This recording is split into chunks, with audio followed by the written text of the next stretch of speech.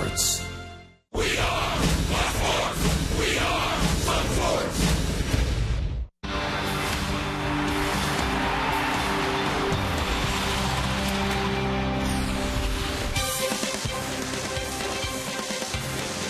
On a rainy afternoon in Tampa Bay, the Rays this afternoon to wrap up the home portion of their regular season. This afternoon, they're looking for a 4-game sweep over the Baltimore Orioles. It would be the Rays' 10th sweep of the year. Hi again, everyone, and welcome to an afternoon of Rays baseball with Brian Anderson. I'm Dwayne Stats. Todd Callis along in just a few moments. Great to have you looking in. Well, the Rays look to be headed to the postseason for the 4th time in the last 6 years. They're trying to hold off the Cleveland Indians, the Rays on top in the wild card race. And this afternoon, they will send Chris Archer to the mound, who has been such a big part of the Rays' success story this year. Yeah, Dwayne, and not fazed by the moment. You know, Chris Archer said the experience that he got down the stretch last year of pitching meaningful games in September has helped him an awful lot as he does the same thing this year. And you can see that right there in what he's done in his last 2 outings, going 6 innings in each, very efficient in both of those outings. The 1-0 record, ERA of 1.50, opponent's average of 1.67, all of that very, very good. But again, the efficiency, it's been getting ahead early with a good overpowering fastball and the slider, and we have also seen a more consistent and a much improved changeup the last couple of times out. Well, the good news for the Rays, they have won 8 of their last 11, 3 in a row. The bad news is that as Desmond Jennings started to heat up with the bat, he has a little hamstring issue, not in the lineup today. And when we return, Todd Callis will give us a detailed update on the Desmond Jennings situation, hearing from the Rays skipper Joe Madden in the process. Rays and the Orioles just around the corner.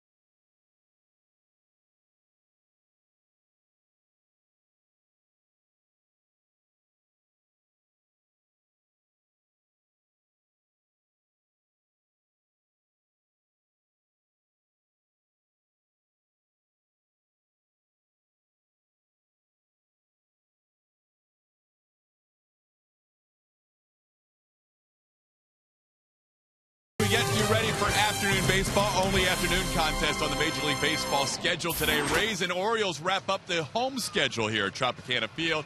And yesterday's game, unfortunately, Desmond Jennings, who's been so hot for the Rays offensively, making an impact with his bat, hitting .500 over this little stretch here at home, 5 games.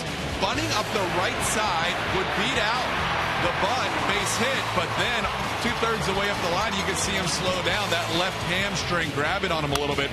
And then, as you see him running towards second, that was a foul ball, but you can see he was not able to go 100%. So Joe Madden came out with assistant athletic trainer Paul Harker, and they decided that was enough for Des for the day. So Desmond leaves with tightness in his left hamstring. Here's Joe Madden with the update today.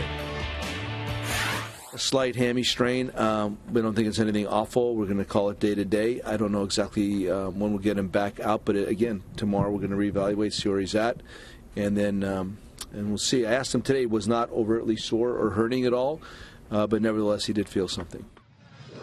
So without Desmond Jennings, a new look to the lineup, including that guy's first Major League start. Tim Beckham will be in there at second base. More on the lineup and the first pitch on the final home game of the year. The Rays shooting for the 2013 postseason. Coming up next on Sunsport.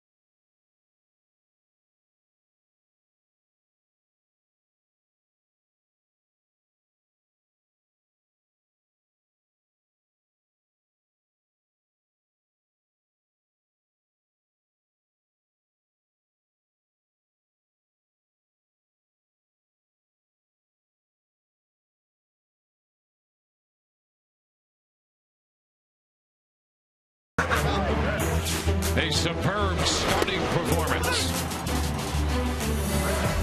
And a surprise debut to take the first 3 games from Baltimore.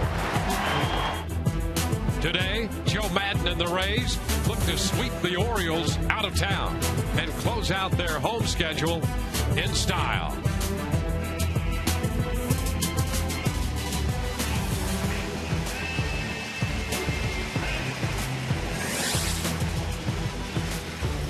We welcome you inside Tropicana Field as the young right-hander Chris Archer makes his way to the mound. The Rays looking for their 10th sweep of the season. And Chris Archer, in the battle for the Rookie of the Year, is after his 10th victory of the season. Here's the lineup he will face, put together by Buck Showalter. Brian Roberts will lead off, the DH today, followed by Manny Machado at third and Chris Davis and his 51 home runs at first base. Adam Jones is the cleanup hitter with Nick Markakis at right, hitting fifth in front of the catcher Matt Wieters. Nate McLouth is in left. J.J. Hardy is the shortstop, hitting eighth. Ryan Flaherty at second base hits ninth. Well, the Rays' young right-hander Chris Archer making his 22nd start of the season in looking for that 10th win, looking to get that ERA under 3. Right now knocking on the door. These season numbers brought to you by Coventry Healthcare of Florida. And he has been dynamite his last 2 times out. That 2-start span, 12 innings, just 7 hits given up, 2 earned runs, just 1 walk. A big key for Chris Archer is limiting the walks to go along with 13 strikeouts. And he's been very efficient in that time frame, averaging under 15 pitches per inning in the last 2 starts as the Rays make their drive towards the postseason. Let's take a look at the defense as it lines up behind Archer this afternoon. In the outfield left to right, Zobrist, Fold, and Myers. Across the infield third to first, Longoria, Escobar, Beckham, and Rodriguez. Jose Molina will be behind the plate. How about Tim Beckham getting his first big league start out at second base today? Beckham already got the first major league hit out of the way in his very first at bat. This afternoon gets the start at second base. He spent most of the year in the minor leagues at shortstop because of the injury to Hak-Ju Lee. Started the year at second and makes his first start in the big leagues as a second baseman. Well, it certainly looked like he was happy about it too. Thrilled to be out there in a game like this. Final home game of the season. Regular season. Ryan Roberts, who has been playing second base as the designated hitter today. And the first pitch of this game is a strike call. First pitch presented by Pincher Penny.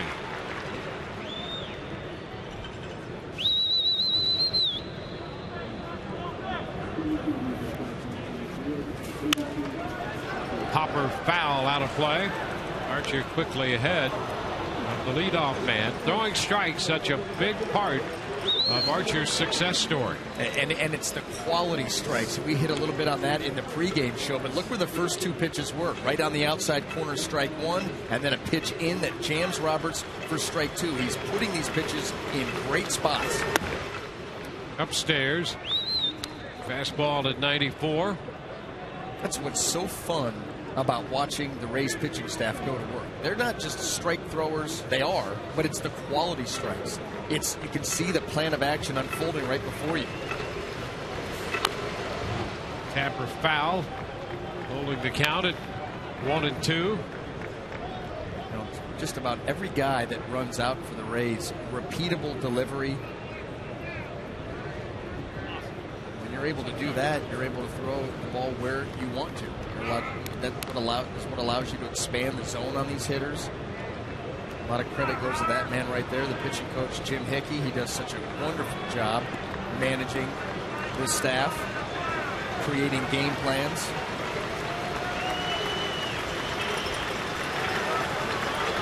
Roberts back in, ready to resume the at-bat.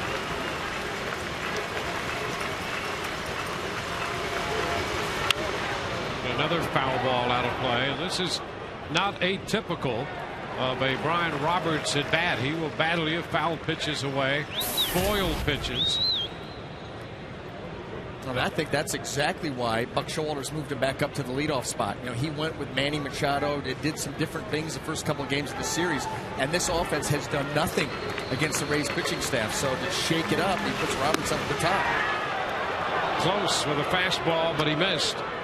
So the count is 2 balls and 2 strikes.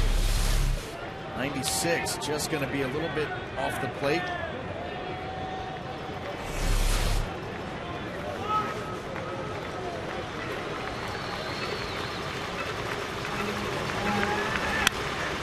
Fly ball into left.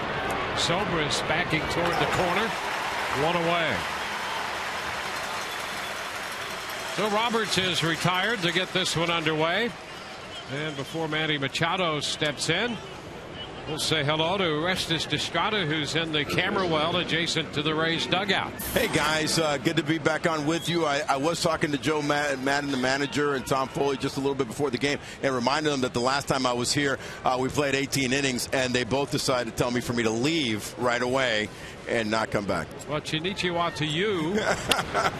Little ground ball. Escobar makes the pickup, and pick over at first by Sean Rodriguez.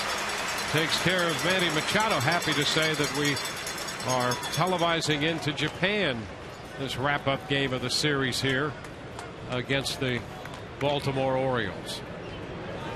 2 up, 2 down. So the bases are empty for Chris Davis.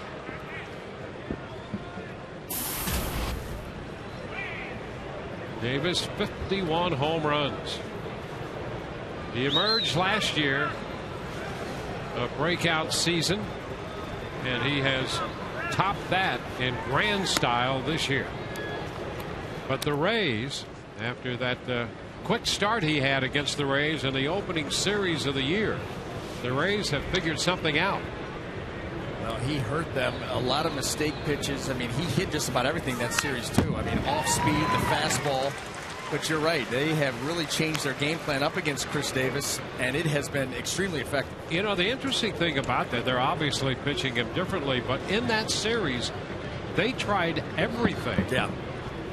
He saw different pitches, different locations, and he hit it all. He did. He really did. But, you know, what they've really started to do is take the guys with the plus fastballs and coming right in and right after him, challenging him, you know, coming at the hands and above, trying to beat him with the plus fastball up in the zone that's close to him. They've been able to do that. Once they make him aware of that, then the off speed down and away from him, trying to get him out on his front foot. And they've been extremely effective. You know, I'll tell you what, look with the Rays. This was a big series, you know, coming in, a big 4-game series with the Orioles. And the Rays pitching staff coming into play today against this lineup, a very powerful, one of the strongest lineups in all of baseball. They've given up 6 earned runs in 36 innings, or now 36 and 2/3. No home runs given up to the most powerful team in all of baseball. Yeah, this is a team with 200 home runs. 18 more than anybody else in the major leagues, and they have not gone anywhere near that in this series, and that's through 36 innings. That's already a full 4-game series. Full count to Chris Davis. Adam Jones on deck. That's a foul ball at the feet of Molina, earning Davis a look at another pitch. In fact, the Rays winning in yesterday's game, a 3-1 final. That was the 37th time this year that the Rays have allowed no runs or 1 run in a game, and that's the most in the major leagues, 1 more than the Tigers. 3-2. Another foul ball. Just a little bit of it. That's why this Rays team is so dangerous as you come down here the final stretch. Why you talk about this team being a complete team. It starts with their pitching, and that's what they're capable of doing. And then each guy that goes out there is capable of putting up lines like that night in and night out. And you see these guys really starting to crank it up and perform well down the stretch. Third 3-2 pitch, and he just missed. Throw him a slider and walks Chris Davis. That's an impressive take there by Davis. I just figured that he didn't think he could get to this. He's trying to get that slider into the zone. It's just off the plate, so close. And Davis, who had been in swing mode, able to lay off.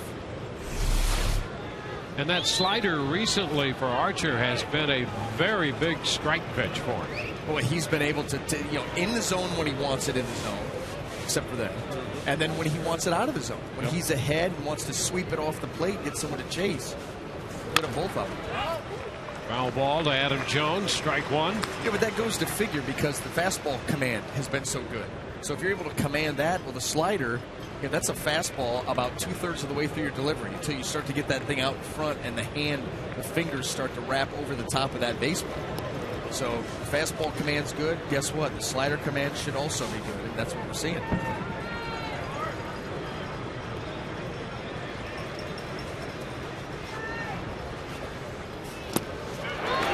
Nice right there. Boy, that was a very good slider. 0-2. And we've seen that a lot this series against Adam Jones. This is a tight, hard slider. Adam Jones will expand his zone in a big way, especially down. breaking balls down, and that's why that pitch right there by design.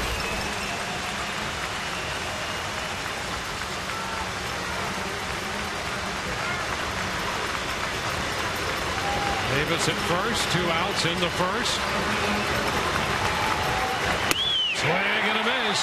Fastball by him at 97. And the Orioles get a 2-out walk, leave a man. Rays are coming in to hit.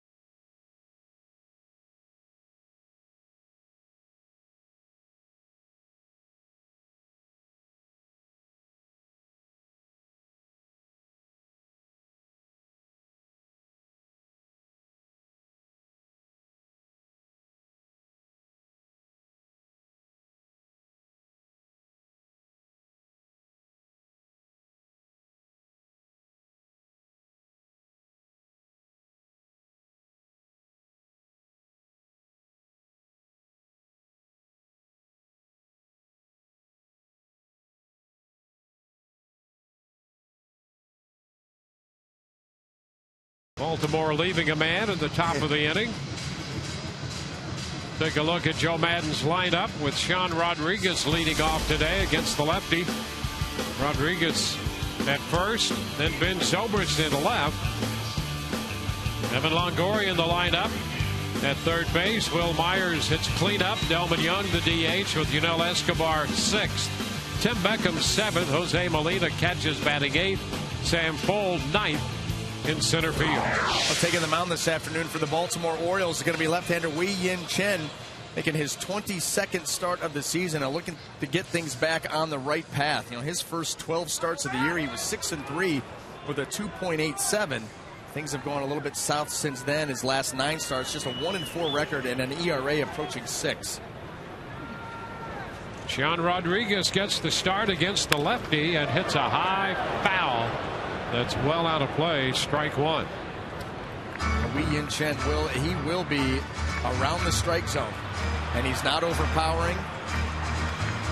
Has not been throwing the ball as well as he would like recently, and so you expect this Rays lineup to be awfully aggressive against him.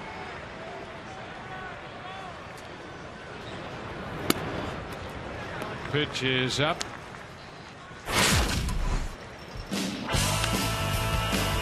Sean Rodriguez has one hit off Wei-Yin Chen, and that was a home run in Baltimore.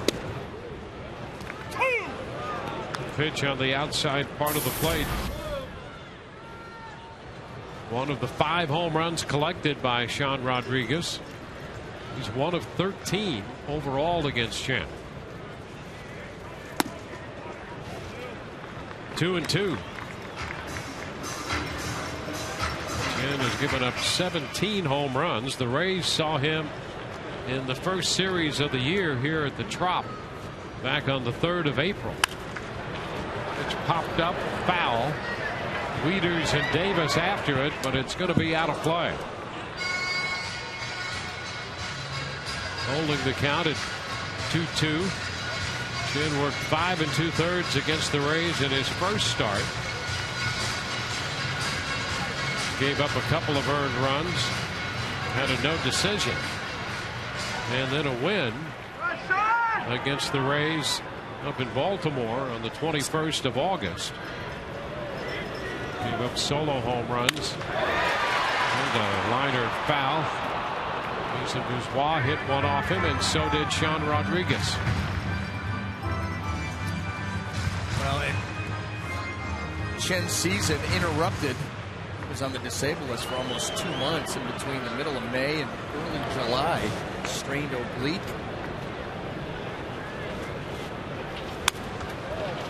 Rodriguez bounces another one. Seen 7 pitches here leading off against the lefty. A year ago, the first inning was a major issue for the Baltimore southpaw. It's been a little different this year. His ERA last year in the first inning was .591. 3-2, 257 coming into this game today in the first. So that's a remarkable turnaround. Well, it's one of those things that you highlight in the offseason. You identify and say, I need to get better in this area. And a cut to miss. Rodriguez out on strikes. 92-mile-an-hour fastball running in on Sean, and he's able to sneak it underneath the swing of Rodriguez right here. Yeah, that's one of those things, too, where you have to ask yourself the question, why am I getting beat up in the first inning? Is it because my game plan is not very good against these opposing hitters, or is my command off? A lot of times, you know, it's one or the other, a combination of both, but a lot of times it's just command. That's why these finesse pitchers, a lot of them, takes them a little bit to settle into the game. And Zobrist takes ball 1 high. You know, you identify that, and then maybe before you leave the bullpen, before you head out for your start, maybe you simulate a couple of hitters to try to really get, you know, locked in on a location and a sequence of pitches to help you out. A lot of guys will do that. Whatever it's done, Chen's made the proper adjustment. He uses a changeup to get Zobrist out in front, 1-1. Zobrist for the second time this year starting a game in left field. Chops it to the shortstop, Hardy. So 2 gone. How about a look at the Orioles defense as it lines up this afternoon? In the outfield, left to right, Nate McLeod, Adam Jones, and Nick Markakis. Across the infield, third to first, Manny Machado, J.J. Hardy, Ryan Flaherty will get the start at second base this afternoon. Chris Davis at first, and Matt Wieters, of course, behind the plate. Evan Longoria did not start yesterday's game because of flu-like symptoms, but he did get into the game late. First pitch is a ball. Fastball at 93.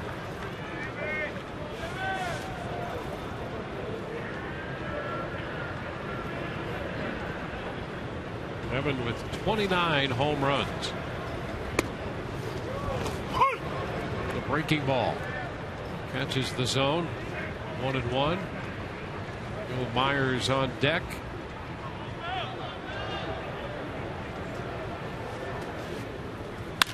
Having a shot the other way.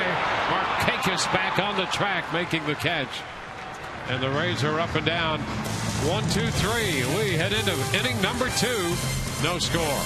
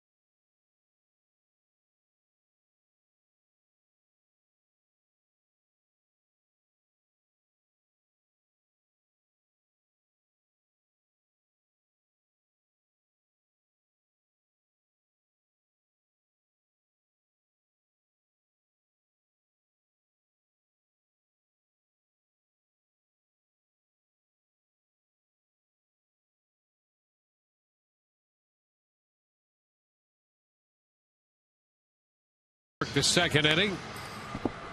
Gave up a walk to Chris Davis and then struck out Adam Jones to end the first. He blew that fastball right by him at 97 and then walked off the mound as if he had done it before, indicative of the progress he's made.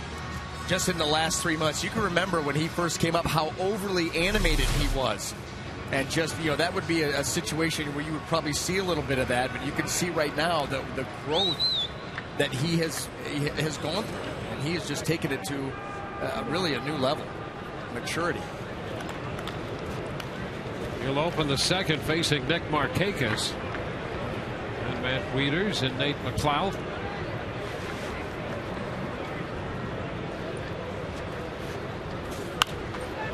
Fouled back. That's a strike. And he has done a great job of that was a perfect example of it. The maturity, slowing things down, one pitch at a time, pitching with a ton of confidence. Even some of his comments that he made yesterday about this start, talking about, listen, I'm going to think through every pitch. I'm going to go out, I'm going to make it. And when I do that, not if, but when I do that, I'm going to be happy with my outing. Yep. That is a confident pitcher, not cocky, extremely confident. Difference. Yeah, confident in his ability and his mental approach to execute, utilizing the ability and talent that he has, harnessing all of that. And we've seen great examples of that. And I'll tell you, it's pretty remarkable. He's after his 10th win of the year.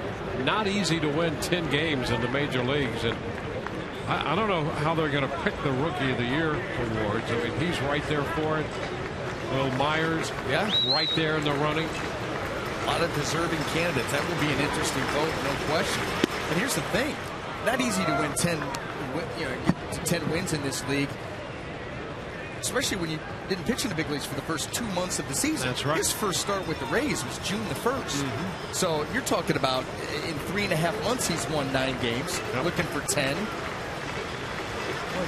Well, could end up playing 4 months. Well, he strikes out Markakis, got him to 2-2, and then dropped the slider on him. Well, that's one thing that Chris Archer is capable of when he wants to, and that's not the best slider that you're going to see from him. Kind of a backup slider there that Markakis, expecting more break, gets underneath it. But Archer has done a great job, even in maturing with his emotions on the mound, but also in the way he pitches, pitching more to contact, using the defense behind him, knowing if I need to get the strikeout, I have the stuff to do it. But if I can get a 2-pitch ground ball, I'll take that too. 1-0 the count to Matt Wieters. His success off Rays pitching well chronicled. Pops it up this time. Left side. Longoria a few steps into the outfield for third. 2 gone. So 2 up, 2 down in the second inning.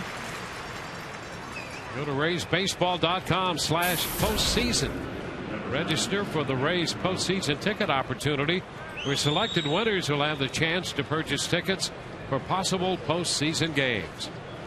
Rays trying to get there for the 4th time in the last 6 years. What a remarkable run it has been for this club. Nate McLeod takes a fastball. That's a strike.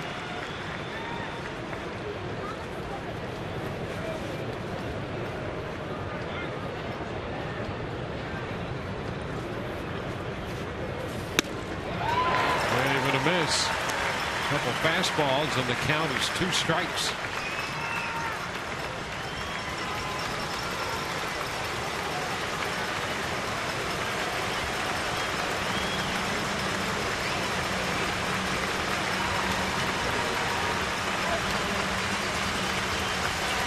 Upstairs.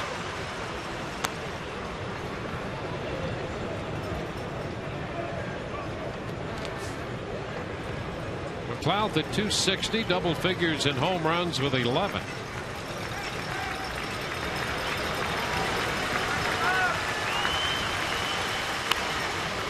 That pitch coming in on his fist. Hey, you talk about getting in a guy's kitchen. That was it right there. 95 right off of the hands. Hitters do not like to get beat in. Archer not afraid to try and do just that.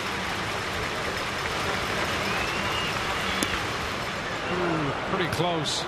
A little extra on the fastball, 97. And we go to 2-2. A great idea. You know, that pitch in on McLeod at 95. You get it that far in on a guy. You talk about opening up that outside half.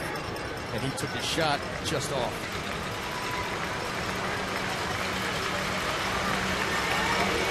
He got him there. Slider in the dirt. Molina completes the strikeout with a toss to Sean Rodriguez. 2 strikeouts in the inning. We go to the Rays, half of the second. No score.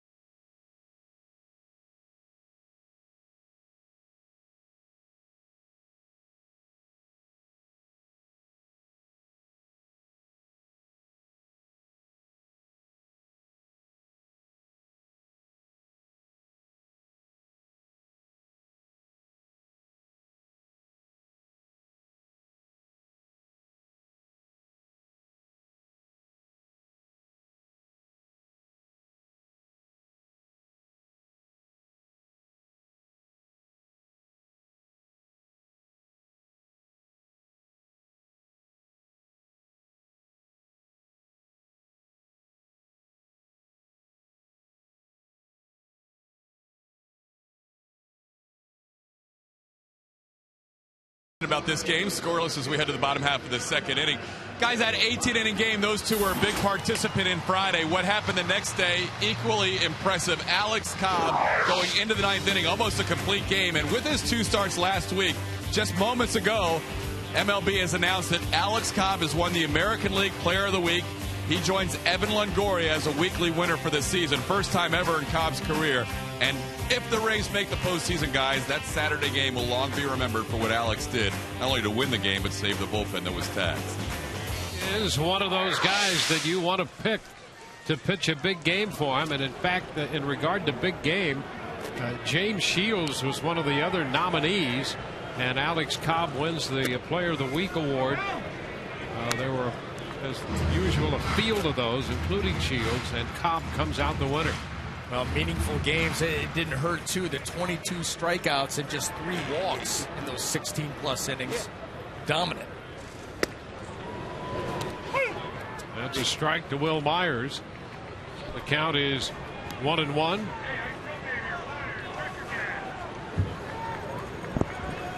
That was not Alex Cobb.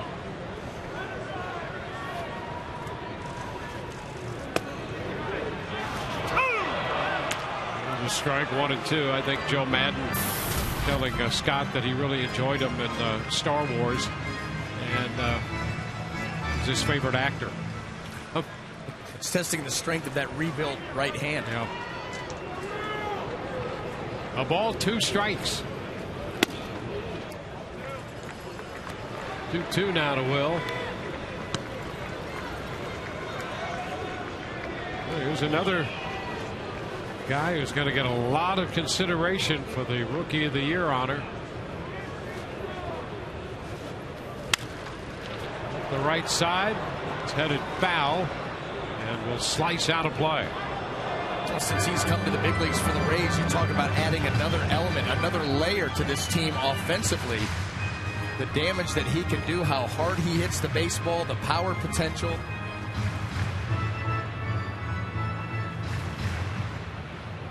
fear factor in this Rays lineup. Be careful with anything that you float out across the plate from the thighs on up. Well, here's the thing on Myers. He will not have 100 games played. And the American League has never had a hitter with under 100 games win Rookie of the Year. It's happened in the National League, most recently Ryan Howard, but never happened in the American League. Well, a freshman never won the Heisman Trophy either. Until your boy, yeah, Johnny Football. Yeah, there he is. There he is. Singing the Aggie fight song all the way to winning the Heisman Trophy, and then spending his offseason just having a good time. Yeah, spending his offseason in our living room every week to 10 days. 3-2. There's a shot, base hit into left center field. McLeod makes the pickup, and Myers with a single his first time up. Well, that's part of that strength. Doesn't always have to hit the ball out of the ballpark, but he hits the ball so hard that J.J. Hardy barely can get out of his stance before this ball is by him into the outfield. Just well struck.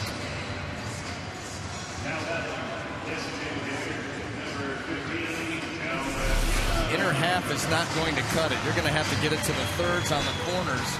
If it's out over the heart, he's got a good chance of making flush contact. Here's Delman Young.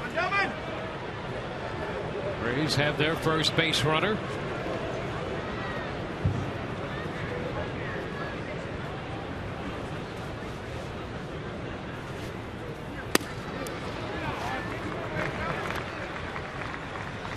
Fellas, it really is incredible watching it from side angle here on Will Myers. The flatness of his swing, how it just stays so flat throughout, and then the power of his hands. And that's what we've seen this year. Those line drives around the shortstop area that just take off have been very impressive.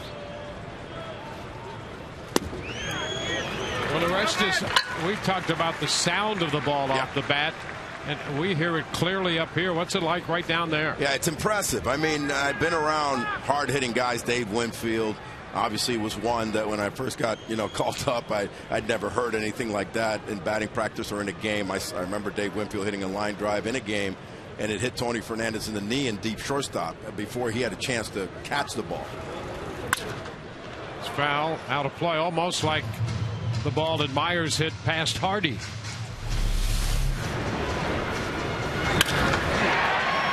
See 105.5 off the bat, and you're right, BA. Hardy barely a chance to move. No, I mean that ball comes off the bat. Look at the miles per hour, 105.5, and we saw that an awful lot when he first came up. Ground balls in the hole that guys were barely getting out of their stances, and these are ground balls. He just smokes it. We saw the one here. That line drive that he hit into deep left center field that looked like a double, going to one-hop the wall like everybody else in the league. And this thing never came down, hit about a foot short of the top of the wall, and sounded like it was going to knock it over. I mean, absolute bullet. Yeah, that was the hardest ball I've seen hit this year by anybody. Yep. No doubt. To hit it on a line that far with that impact. Yeah. Delman Young draws the walk. That will push Myers up to second base. First and second for Yunel Escobar in the game today and all season long. Tires Plus donating $100 to the Pediatric Cancer Foundation for every Tampa Bay Rays home run televised on Sun Sports.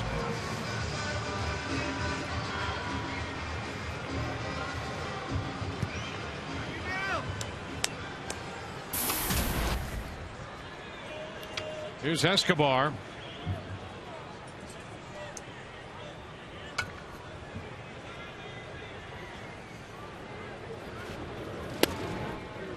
He takes a fastball for a strike. Chin up there at 94 on that one. That's about the top of his range. He'll pitch in the neighborhood of 92, a little over maybe. Gear up every now and then. Nice to be able to go get 94 if you need it. Good off-speed pitches. Way off the plate, 1-1. That's where he can be extremely effective if he's able to spot that fastball. Obviously, he's going to face a lot of right-handed hitters, so he needs to be good on both sides. Change up.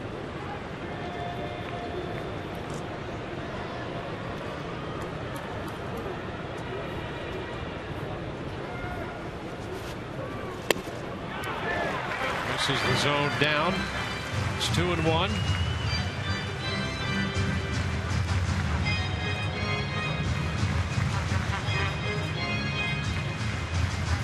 Tim Beckham on deck.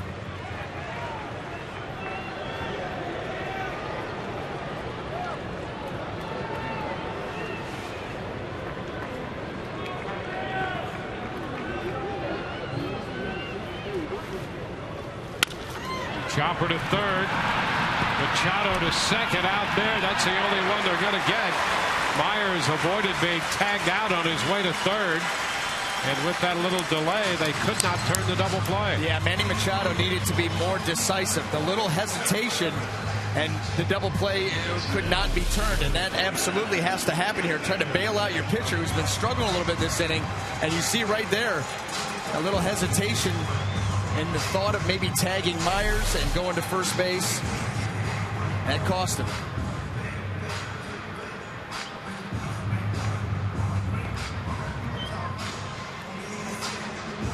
So first and third for Beckham.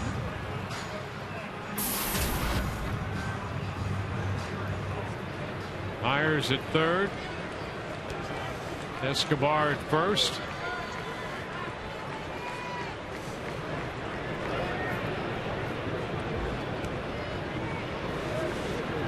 Beckham 1 of 4 in the big leagues. He had 276 for Durham this year. Takes a high fastball.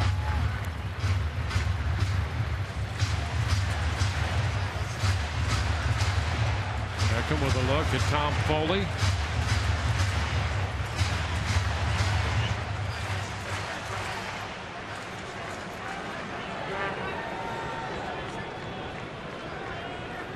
Want to know the count?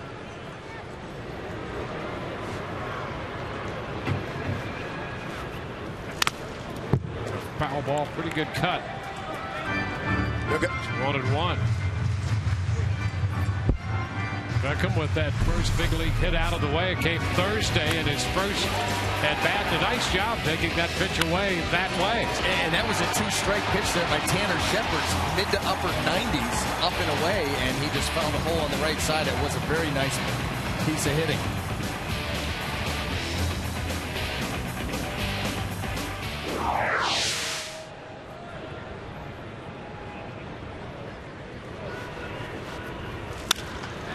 Sends a fly ball into right. Markakis backing up. Myers tagging. He's headed to the plate. And Beckham in another nice piece of hitting right there delivers a fly ball to pick up his first big league run batted in and give the Rays an early lead. Well, the idea there and that at bat, if you're a hitter, get something to the outfield. Obviously, Chen, who's been very good at getting the ground ball double play, should have actually had one earlier this inning. Beckham looking to get something elevated, the ball away from him, and he does his job, gives the Rays the lead. Outstanding job right there, because as a young hitter, you're going to one or two things going to happen. You're either going to expand out of nervousness your zone and kind of try to do too much, or you're going to hone in and go, you know what, I'm up the middle opposite field. I just need to put the ball in play out in the outfield, and that's what this kid did. Great at bat by Timmy Beckham. Jose Molina. Pitch away. So the Rays turned the leadoff base hit into a run with Will Myers crossing the plate, driven in by Tim Beckham.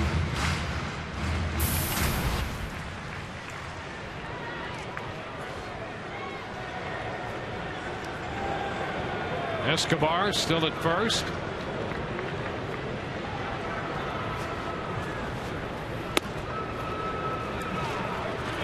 Molina's up in the count.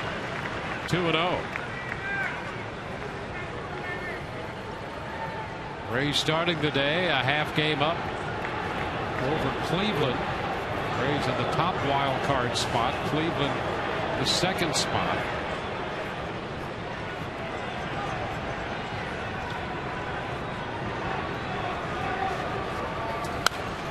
Foul right back over the screen. 2-1. You figure that the clock is starting to run out on a number of teams in this race, and the way that it sets up right now, barring a major collapse by at least one team, maybe two teams, you're looking at, you know, some combination of Rays, Indians, Rangers for the two spots. Well, the wild card standings right now, you see Texas a game and a half back of Cleveland. A hit isn't. Grabbed by Hardy, throw to first, and the scoop. Davis can't come up with it cleanly. Molina will get a base hit out of that, but Hardy almost took it away from him. Escobar into second, and Molina reaches. Well, J.J. Hardy had to go a long way to his left to even get to this baseball, spin and throw, and they had a chance to get Molina. Molina did not hit this ball as hard as first appeared. And if Davis makes the scoop, they probably do get him. And it wasn't even a scoop. How about that? That ball just rattled into the glove, never hit the dirt. Hit the bottom of the glove and just popped out. So Molina does get ahead. 2 men on with 2 men out. Bill Castro making a trip to the mound.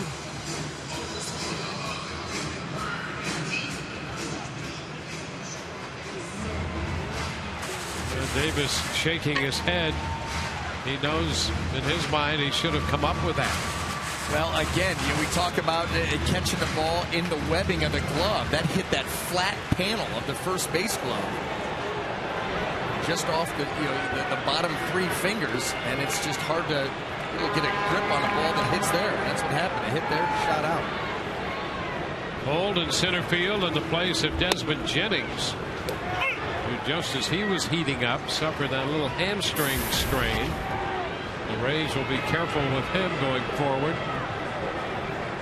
Strike the count to Sam. Yeah, absolutely have to. You do not let him back on the field until he is at just about 100%. So much of his game is dependent upon those legs and those hamstrings. High ball the other way. McLeod backing up. He's got it, retiring the Rays in the second, but they score 1, lead 2, and through 2 they lead 1-0.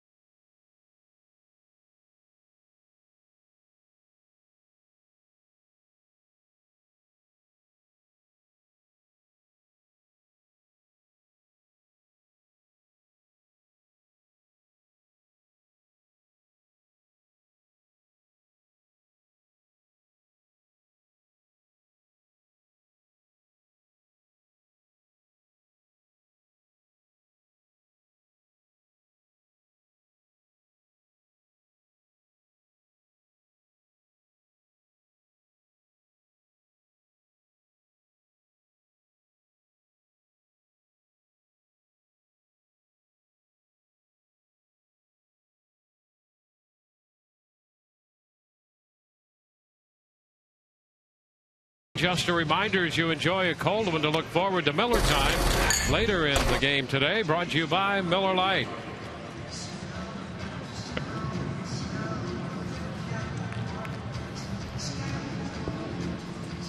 Chris Archer, through 2 innings, has 3 strikeouts. He's given up a walk.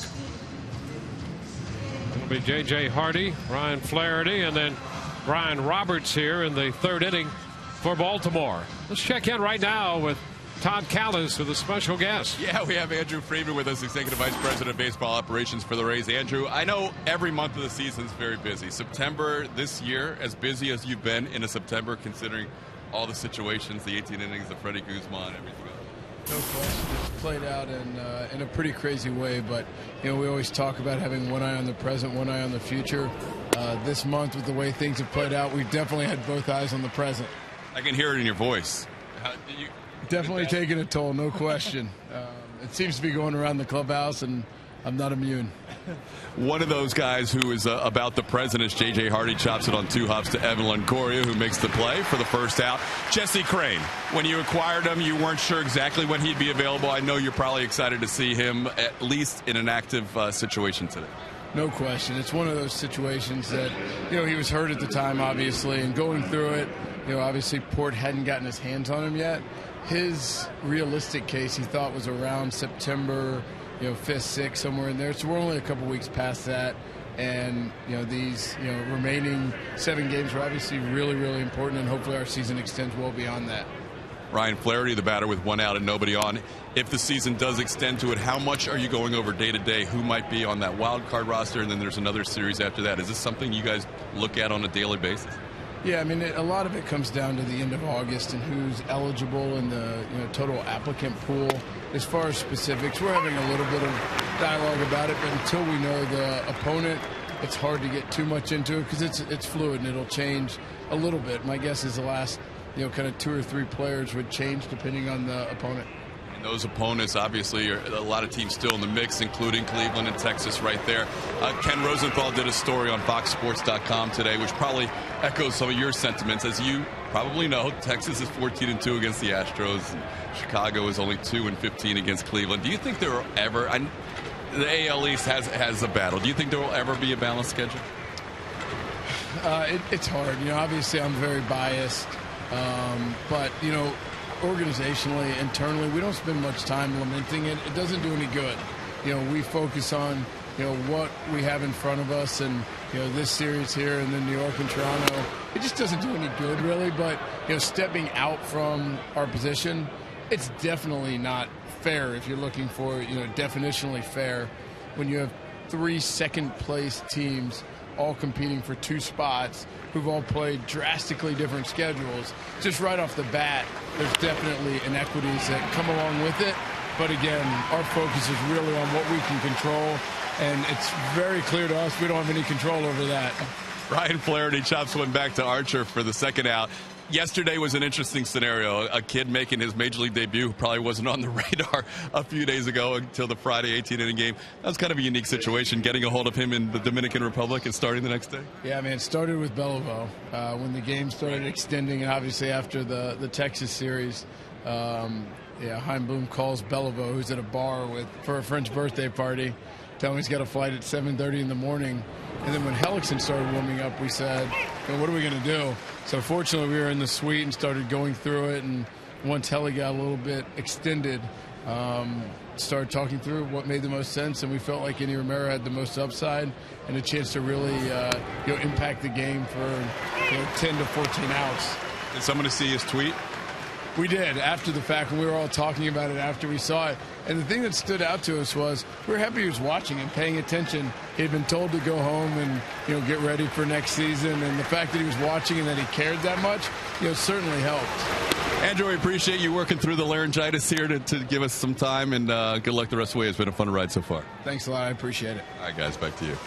All right, thank you very much, Todd. 1-2 the count to Roberts. Base is empty. And a cut to miss. Roberts out on strikes. 1-2-3. Go the Orioles in the 3rd. Through 2.5. The Rays lead 1-0.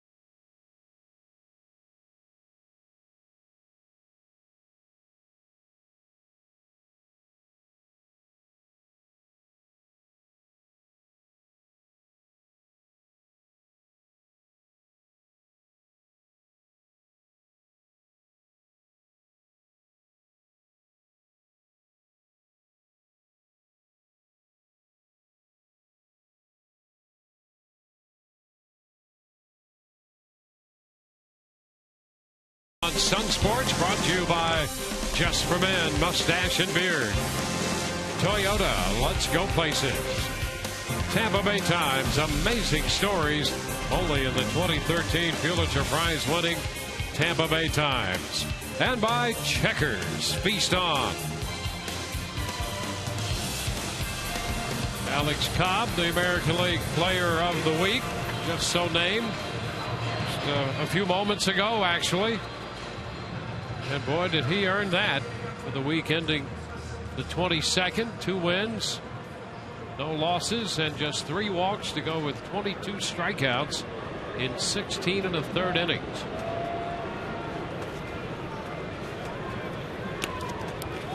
Think about just the lines of those 2 games. Tremendous, well-deserved honor, but then you factor in the time of year and the enormity of the games.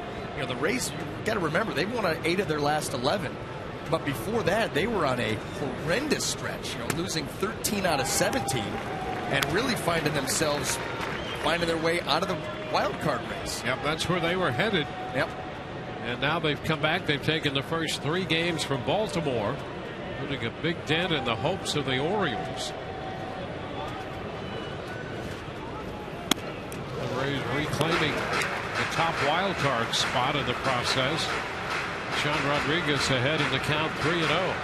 Well, that's why when you look at Baltimore's situation, the Kansas City Royals 3.5 to 4.5 back, you know, they're not mathematically eliminated, but a number of teams ahead of them, and you're talking 6 or 7 games left in the season. Almost, you've got to win out and hope that a couple of teams just absolutely fade quickly. Leadoff walk to Sean Rodriguez. The second straight inning, the Rays put the leadoff man on. Showalter not pleased with what has happened in this series. Been a difficult run for his club. And now a leadoff walk. That's one of the things that will drive a manager to at least distraction, if not more. And here's Ben Zobrist. No, he's had a lot go wrong in this series. And overall, the pitching staff for the Orioles has been pretty good in September. Bullpen's got the #1 ERA during the month of September in the league. Starters have done a nice job. And boy, it's been the hitters on this team that just can't figure out. Such a strong lineup top to bottom, and the Rays have really handcuffed them. 1 strike the count on Ben Zobrist. Ben came into the game 10 out of 20 against Chin with a home run and a walk. And there's a shot into left center field. McLeod on the run at the track, makes the catch on the move, and back to first base goes Sean Rodriguez. Zobrist making a bid for an extra base hit, denied by McLeod. Yeah, and Nate McLeod being right-handed helps him on this angle and this catch. He's got to run a long way, a ball well hit by Ben Zobrist, but going a long way and then just being able to have that ball into the glove. You see right there a nice catch by McLeod, and then Sean Rodriguez. He's getting a good jump on that ball out in front of him. It's an easy read for him. So when he catches it, he just hits second and heads back towards first.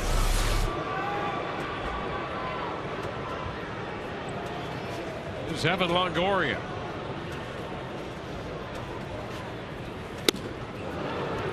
Evan aggressively out over the changeup, strike 1.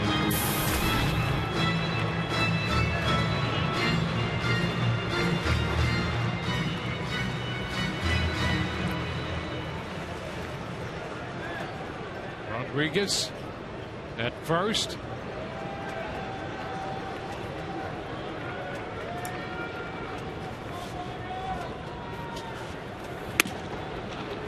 That's strike 2. Fastball taken around the letters.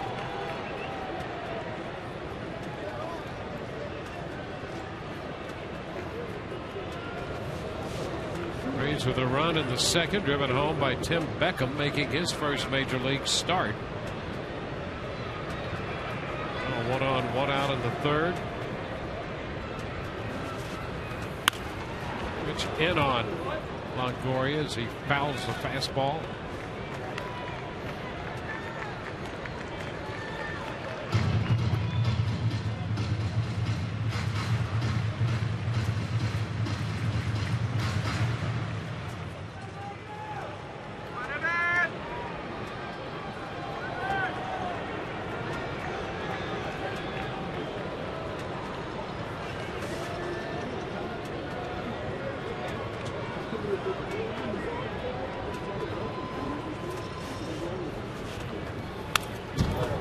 fastball. He fouls this one back. Boy, had a good rip of that. Yes, he did. That pitch right out over the plate, and that's one that Evan would like to have back. Yeah, that's the one pitch in this at bat. He was way out in front of the changeup, and then had a pitch come in on him. That's what you're hoping for. You know, you're working at bat, you start to see a lot of pitches. He's moving the ball around. You're looking for that one mistake out over. And a hitter will tell you, when I get that one mistake, I can't miss it. And that one just fouled off. You got to hope for another. For the first, Rodriguez back in. 2 strikes the count on Longoria.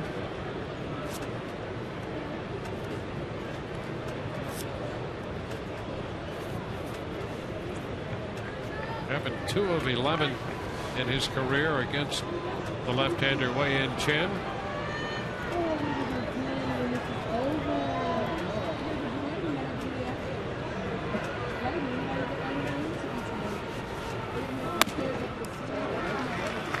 Ball, 2 strikes.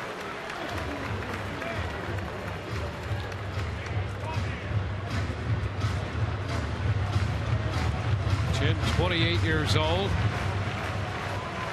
The 12-game winner last year.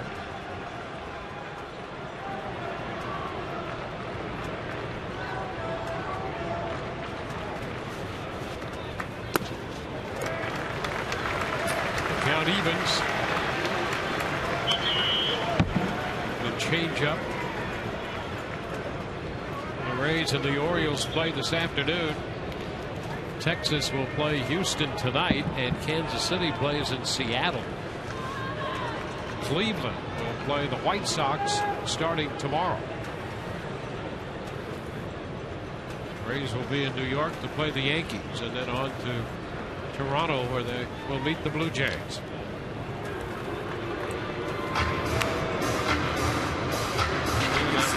Leadoff walk here, taking a lot of time here in the middle part of the order.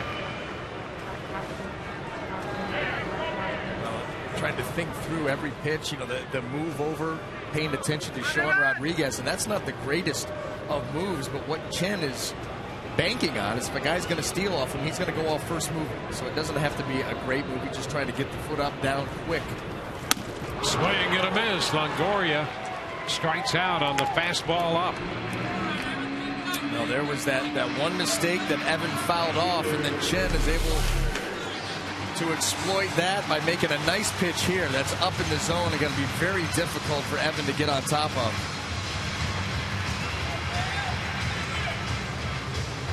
It's so hard for a hitter. That ball is out over the plate. It's up close to the eyes. You see the whole baseball. It looks big. Tough to get to.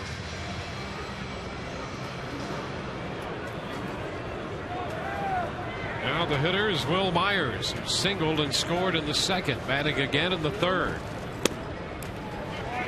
Makes a pitch a little wide.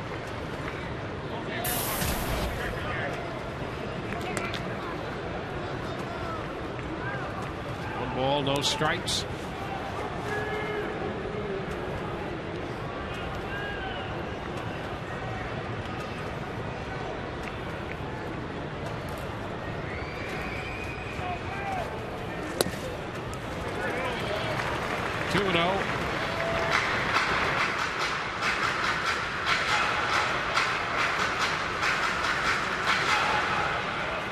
Scalded a base hit in the second inning. 105.5 miles per hour off the bat as he shot it toward left center field, getting it past Hardy, the shortstop.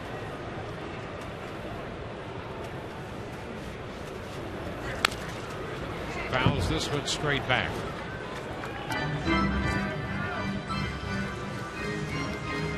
Chen's last outing came 5 days ago at Fenway Park. He gave up a career high 11 hits to Boston in 5 2/3, surrendering 3 runs, a couple of home runs in that outing.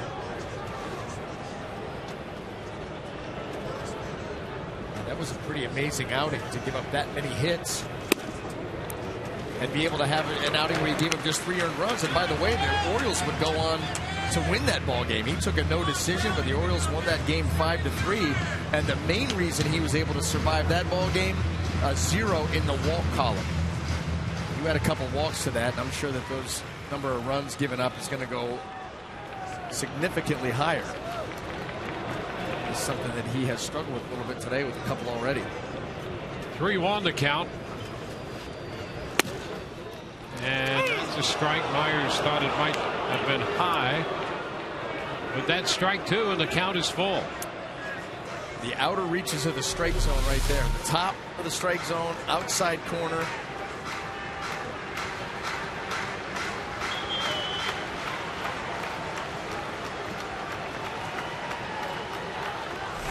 Three and 2. This will give Rodriguez an extra start at first base.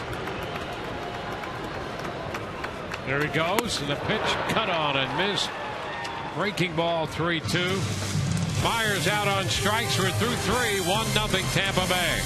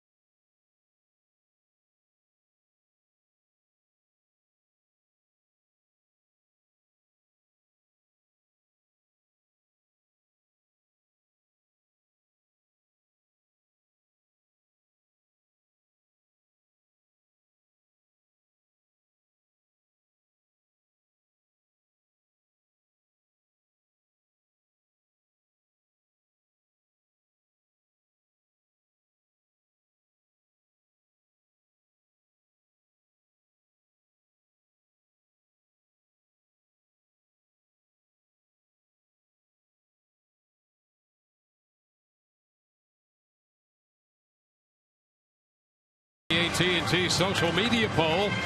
Tweet your votes to @StunSportsRays. Which Rays player would you pick for the 2013 team MVP? TB1, Ben Zobrist. TB2, James Loney. TB3, Will Myers. TB4, Evan Longoria. Or TB5, Yunel Escobar.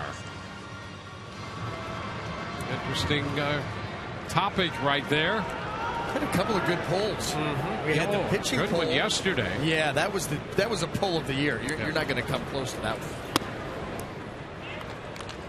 First pitch into Manny Machado's inside, 1-0. Yeah, and Alex Cobb won that poll by quite a margin. I guess so. I mean, up 2/3 of the vote. Yeah, 67. Price was next at 22, and the rest of the vote distributed fairly evenly in the single digits.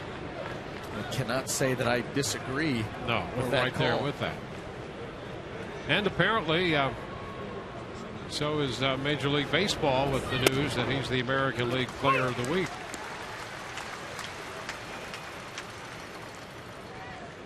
Two and one the count.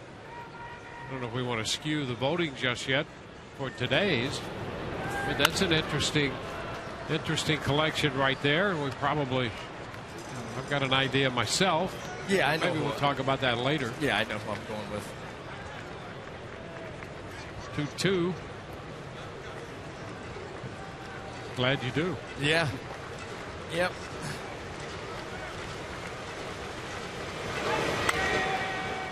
Tap up the right side. Foul ball, and Wayne Kirby makes the pickup and distributes a souvenir.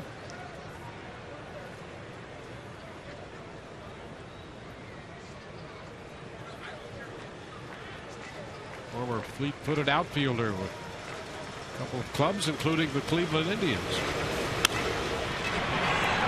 A little looper into left, going to be a base hit. So Machado is aboard. So let's see if we can go down to Arestis and see what he's thinking about that MVP poll. Wow, but I'm not going to be as secretive as BA. I guess it's a double-7 secret there for B. But well, we're just thinking we don't want to skew the voting. But you're being forced into this. I am being thrown into the fire. I'd say at different points in time, all 5 have had MVP. But I got to go TB1. I got to go Ben Zobrist. He's been the most consistent, productive. Again, today he's in left field. The guy can do it pretty much all. And not only has it been offensive, consistent, but think about it. He's also got almost 70 RBIs, so he's also driven in key runs. I think he really quietly is a major team leader for this organization and this squad. Yeah, anything he does quietly. He's such a humble guy, and that's a genuine quality. Oh, there's a shot deep to center. Bold will go to the wall. Look up, and that's gone. Home run to center field for Chris Davis. His 52nd home run of the year. Well, he had that opening series against the Rays, and in recent times the Rays had kept that water calm, but not this time. You know why? Because they kept pitches out of that area. And that is the biggest difference. If you're going to hang one out over the plate to Chris Davis, absolutely you run the risk of this happening. And the Rays, for the most part, have not made that mistake.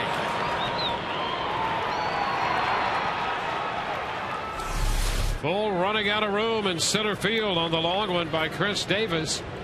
And the Orioles take a 2-1 lead.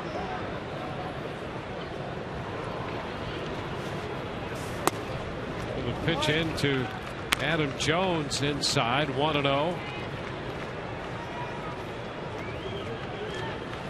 Rays scored a run in the second, and Baltimore just putting 2 up on the single and the home run. Good cut by Jones on the pitch. Fastball up a bit. Molina's going to go out and have a word with Archer. A couple of these pitches have found their way out over the heart of the plate with a little bit of elevation to it, and that's one way to get this Baltimore Oriole offense heated up. Yeah, they will hit the long ball. Yeah, well, and that now puts them 19 more than anybody else in Major League Baseball. And so many very talented veteran hitters in this Baltimore group, and the Rays have really done a great job of pitching them all series long, but they will take advantage of mistakes like most good hitters do.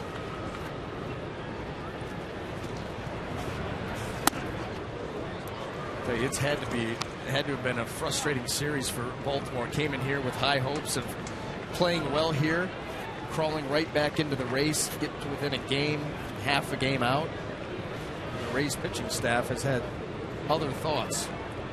Those mistakes we talked about, they've been few and far between.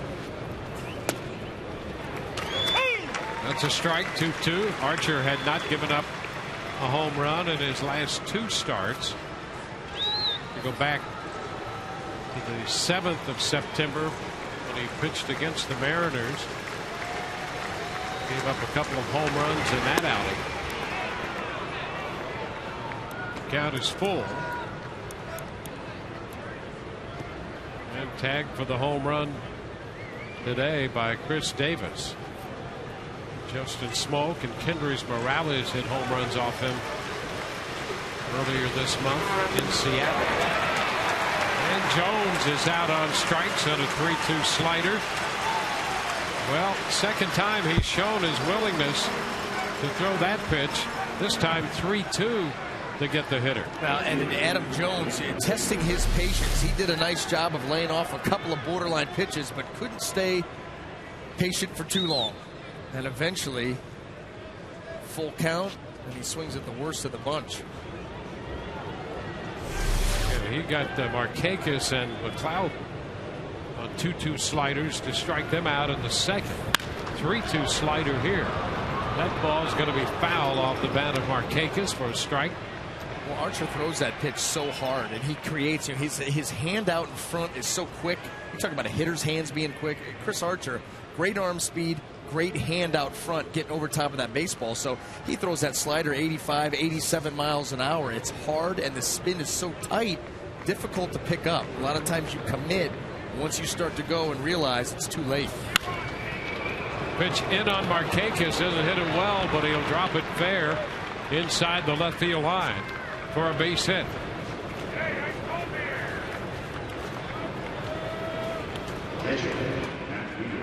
Third hit of the inning, third hit of the game given up by Archer.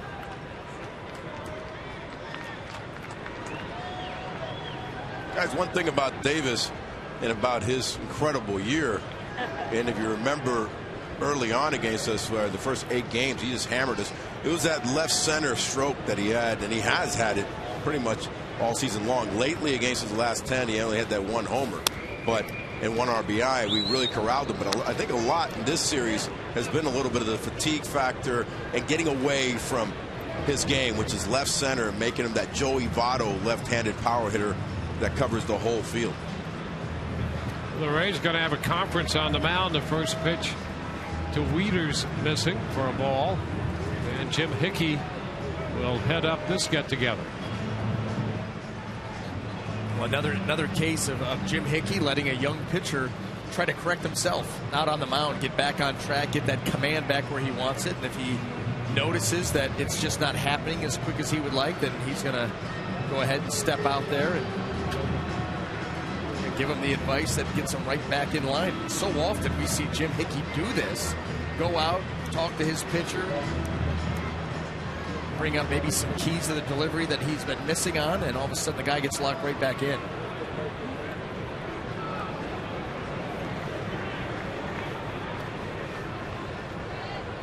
Want to know the count to Wieters? Fouls this one out of play. 1-1.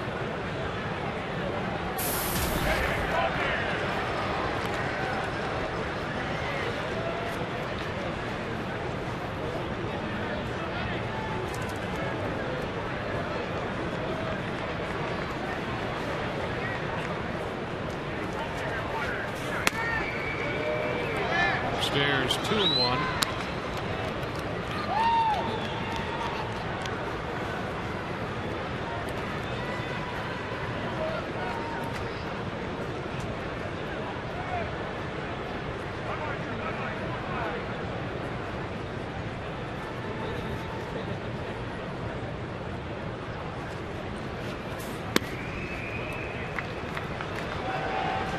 Count.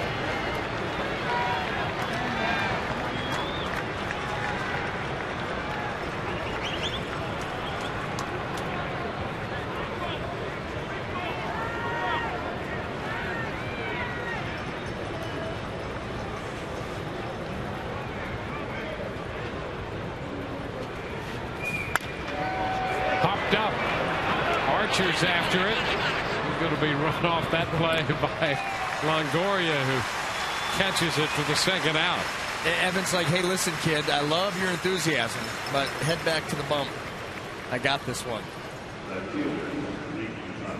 Well, listen, if you're Chris Archer, you know that the shift has been employed, and so that ball goes up to the left side. Listen, that's your base run. You're going to go try to make that play until someone lets you know otherwise. Yeah.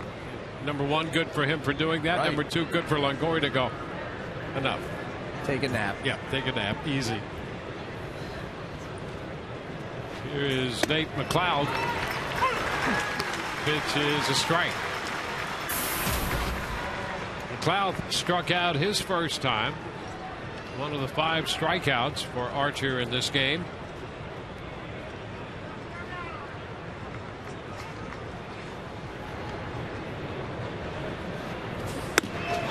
Snapped out at first.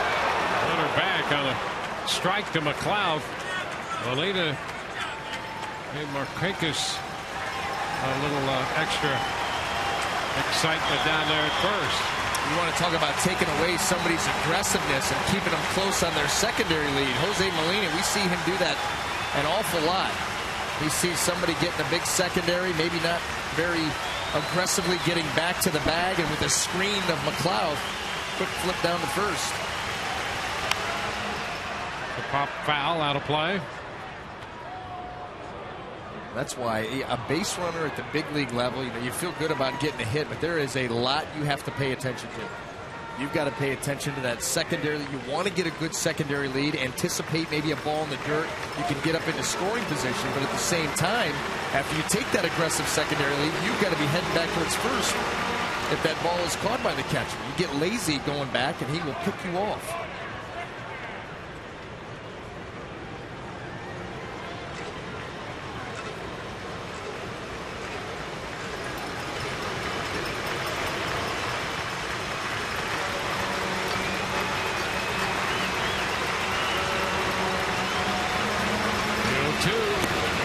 Down a bit.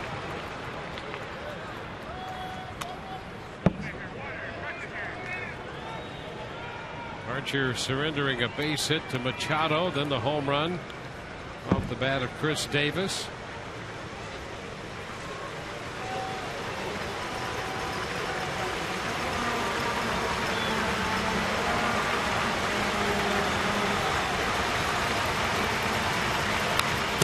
That's a foul ball.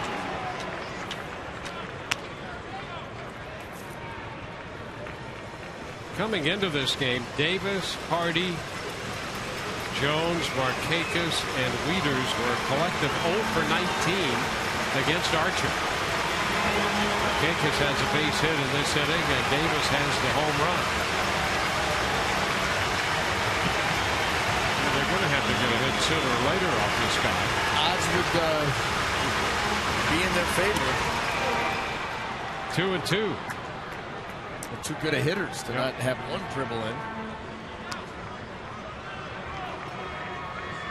Oh, this kid right here, when he's in control of his stuff, he is a tough at-bat for anybody.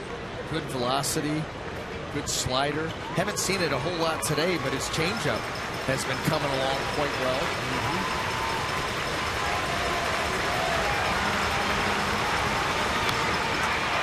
In fact, I don't know if we have seen that pitch today. I don't recall seeing one. No, it's been fastball slider throughout.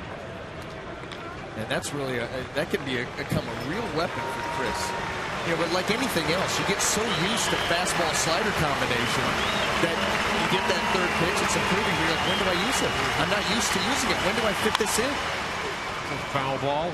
This is where I would normally throw my slider. Do I go with the changeup here? I mean, that's some of the decisions that have to be made, and that's not easy. And especially when his slider has been as good as it's been. Yeah. It's been such a great pitch for him. There's a tendency to want to stay where you're comfortable. But I'm telling you, some of the changeups that we've seen, especially the changeups he threw up in Minnesota, top notch. Did he go? He did not. Molina came up with that pitch, and McLeod checked, according to Tim Welke down at third. Let's take a look here. Another slider down. That's right at the cusp.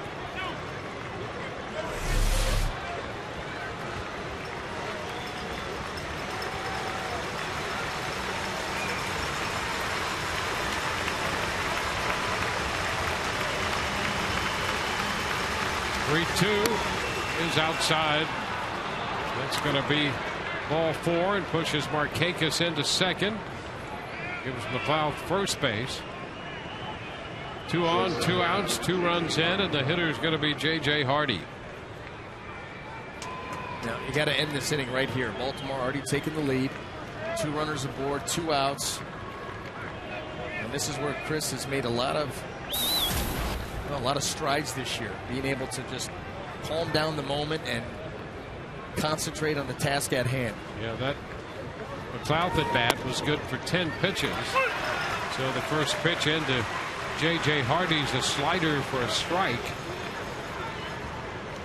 Well, it'll be interesting to see, too, how long the Rays go with Chris. They've been trying to limit his innings. Those last 2 starts that we talked about, very effective starts, 6 innings pitched in each, with the pitch count upper 80s, low 90s. Definitely could have gone more, but trying to limit him. This is a high pitch count inning, 33 pitches right now. So he's up to 76. 2 outs into the 4th inning.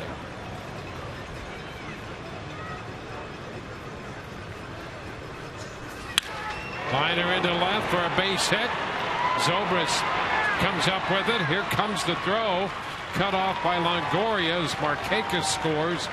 It's a 3-run inning. Hardy picks up an RBI single. You know, and that's the one area that Chris Archer has not hurt himself recently is with the walk. He's been very good at limiting the self-inflicted wound, and the walk there now puts a runner into scoring position, and that allows J.J. Hardy, who gets a mistake fastball, wanted it away, was middle of the plate, about belt high, thigh high, and Markakis able to come around and score and extend that Baltimore lead. Yeah, and you do have to give McLeod credit for extending that at bat to draw the walk. It was a 10-pitch effort. So McLeod now at second base on the single by Hardy. And Ryan Flaherty becomes the 8th Baltimore hitter here in the inning.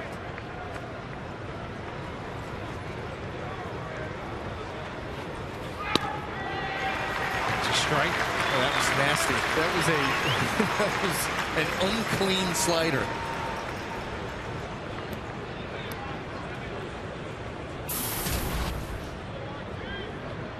Ryan's like, let's try that again.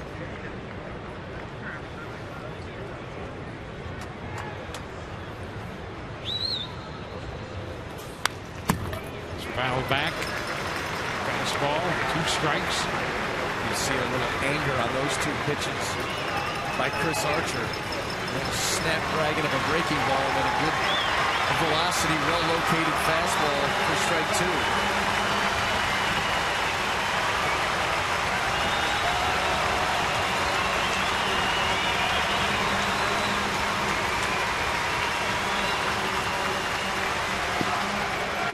This one, did it hit him? It was a swing and a miss, they think. Or did it hit him? Archer retrieved the ball, and Molina wants to get a little conversation going among the umpires here. Well, and I think that the call was on a swing, but it definitely, I think it definitely hit that back foot. So the umpires will sort this out.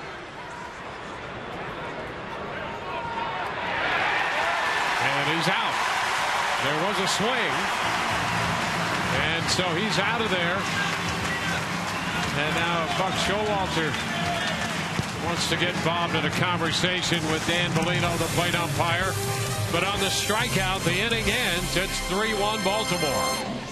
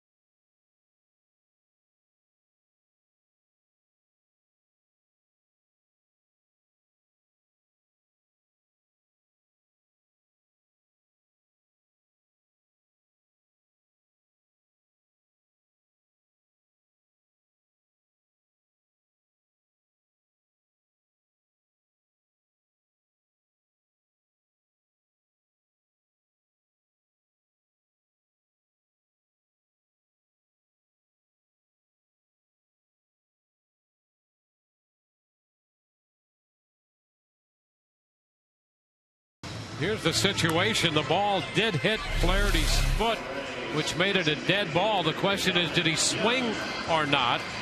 And the call was that he did, but BA, that's pretty close. That could have gone either way. If you say he doesn't swing, not much of an argument. You say that he did, not much of an argument. But that was a borderline.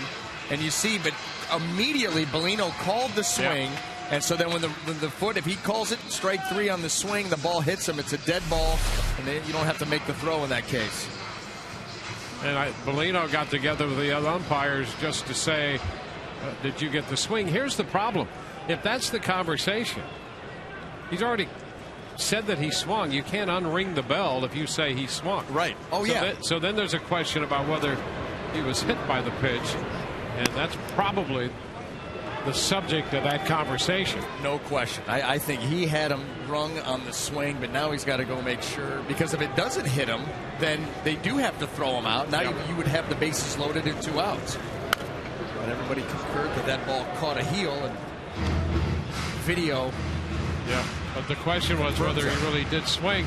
That call had already been made. Yep. On the video, up for discussion. But not after the umpires already said that's a swing. Base hit the other way. Delman Young opens the bottom of the 4th with a single. That's a nice approach there by Delman Young. Chen now pitching with the lead. You know, he's going to pitch in for effect, but you feel like he's going to stay away from a lot of these right-handed hitters, so you're going to have an approach of going the other way. Chen wants you to try to pull these pitches. Young stays inside of it and finds himself a hole.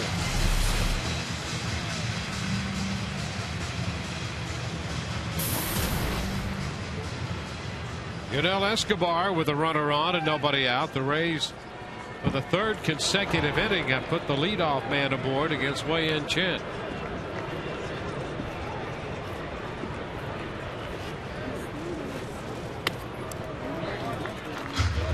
Slow, 1-0. The top half of the 4th turned out to be a 37-pitch inning for Archer. That's a heavy workload. Yep. You know, he was pitching in trouble throughout. A lot of high leverage pitches.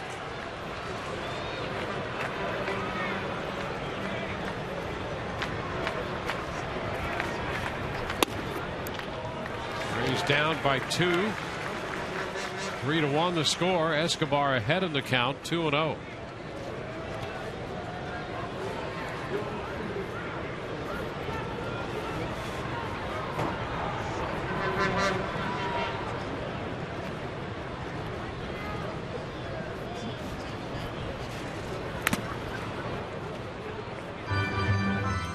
Two and one.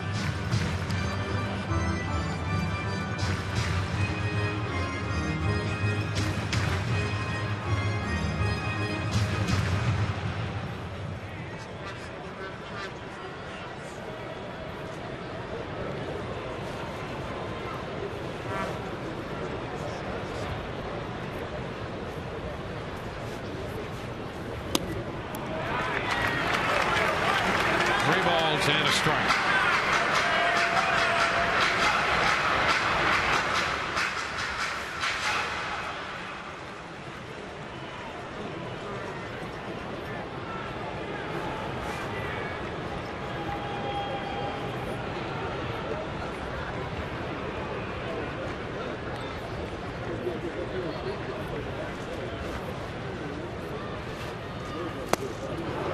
Cut. The count is full. Gutsy pitch there by Chen, but didn't want to become too predictable with the 3-1 heater. Escobar with a big swing, capable of doing some damage.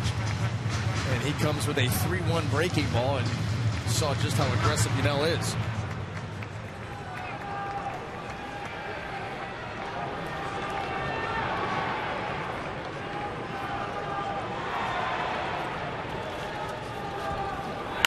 Ground ball to short. Hardy to Flaherty, 1. Back to first to Davis, 2. 6-4, 3 and out. How about this? Chen, who is a fly ball pitcher. I mean, he's under 50% ground ball rate. Now 18 ground into double plays. And by the way, he hasn't been active all season long. This is just his 22nd start. And actually should have 19. Should have 2 off the bat of Escobar. A little indecision by Manny Machado cost him 1. But here he's able to get the 2-for-1 once again. That's a big double play.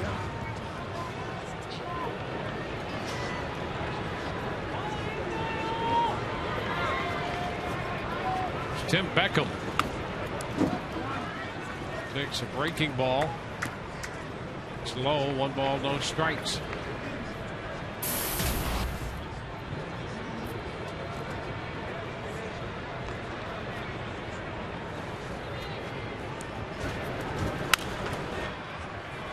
Out of play. It's 1-1.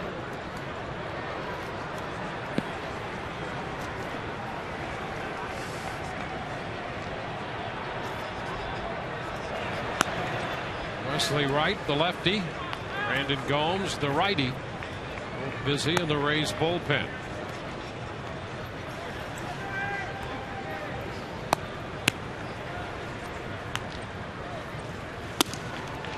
That's a strike. The count to 1-2 on Beckham.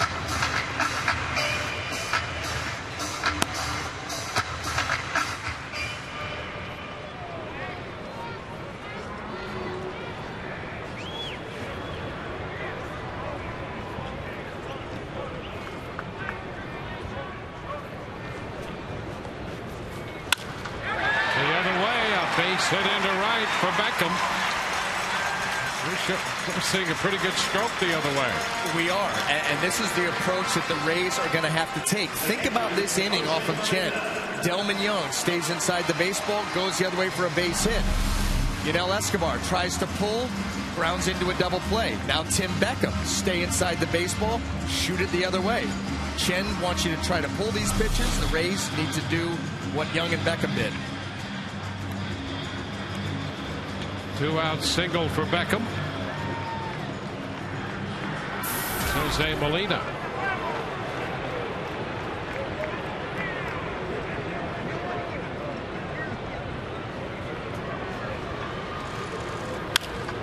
Molina goes up the right side, foul with this one out of play.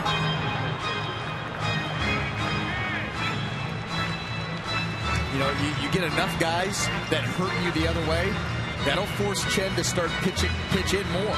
And when you do that, now you run the risk of that being a mistake pitch and end up inner half. Now guys can turn on that and drive it.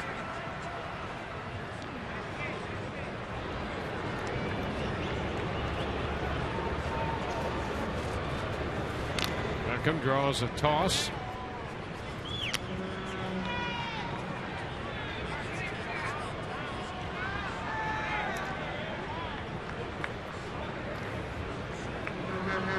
Rays up 12-6 in the season series.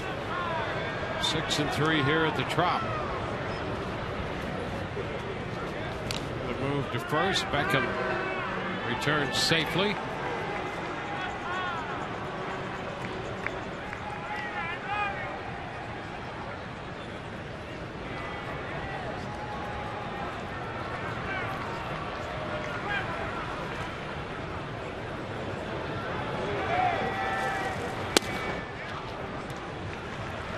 It's 1-1.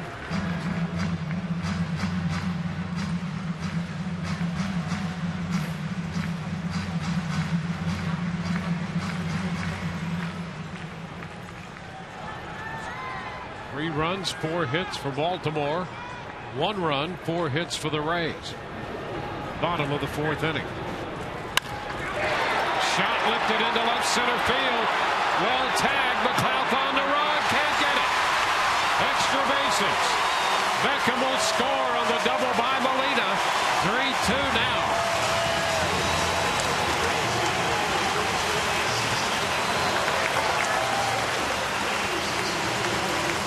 Exactly what we talked about. Now Chen is going to come in on Molina, and you see where this ball ends up. It leaks, doesn't quite get into his spot. That allows Molina to drop the head on it, and now you can drive a ball. This gets into the gap, just eludes the glove of McLeod, and the Rays here with 2 outs got a little something going down at the bottom of the order and have cut into the lead. So the Rays have answered the 3 in the top of the inning with at least 1 in the bottom to make it a 1-run deficit. Sanfold takes a pitch, fastball too close. 1 ball, no strikes. 18th run batted in, the 14th double for Molina. And a nice job by Beckham, who has been impressive in the handful of times we've seen him since his recall. Bill Castro goes to the mound for a chat with Chen.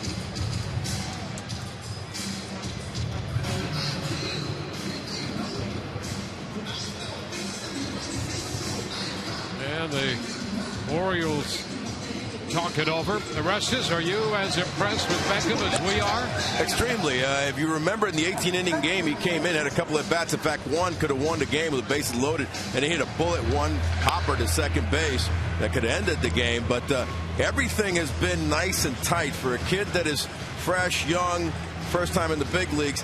He's not over swinging, staying within himself. He's hit the ball well to right, and that RBI sac fly was outstanding. So very impressed with Tim Beckham.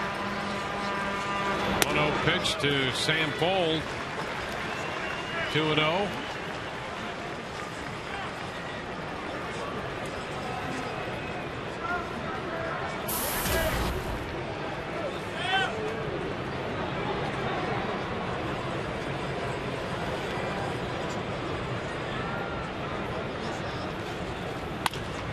Sam pops it into shallow center. Flaherty a few steps out, makes the catch from second. Rays get a run back on 3 hits through 4, 3-2 Baltimore.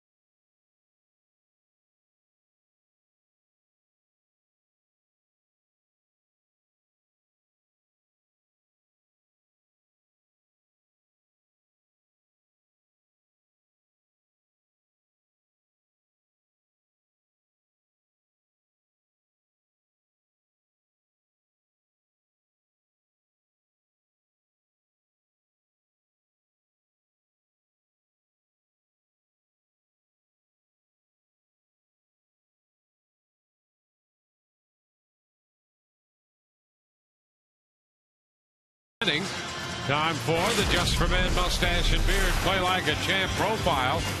The Rays getting to 50 wins at home this year. They're 50-30 in the best home record since 2008. Would be the Yankees, then the Rays, Tigers, and the Cardinals. So the Rays have the second best winning percentage at home since 08, second only to the Yankees. Now, the key to a successful season, you got to defend home turf. And you see all 4 of those teams that play so well at home right at the top of the heap in Major League Baseball.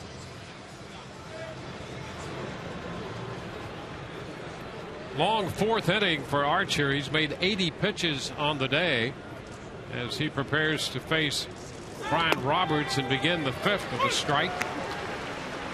Roberts 0 for 2, struck out his last time. Opened the game by sending a fly ball to left. High shot deep to right field. This one down the line, and it's going to get out of here.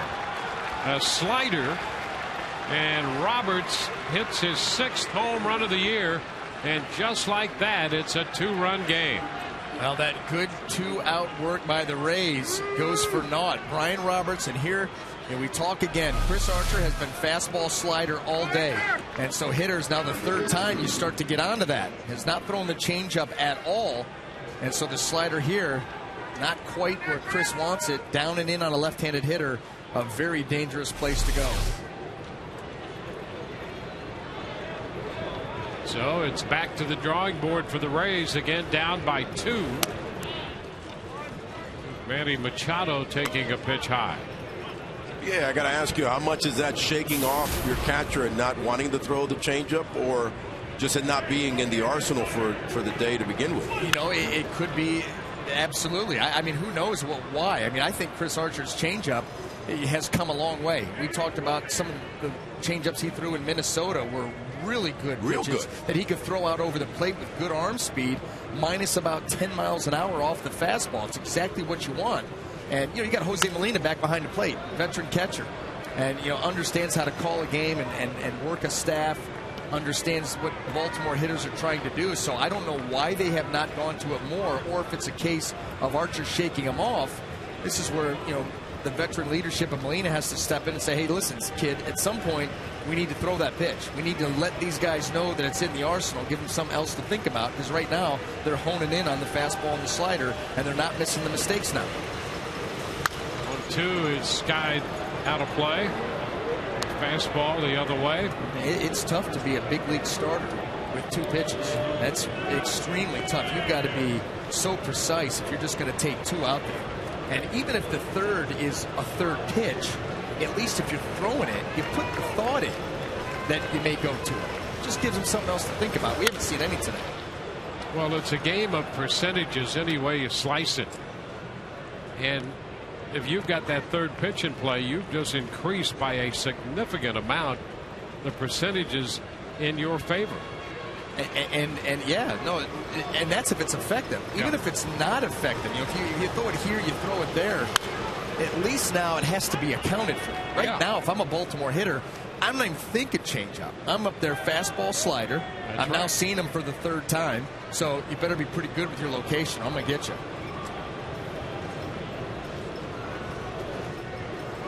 One, 2 to Machado.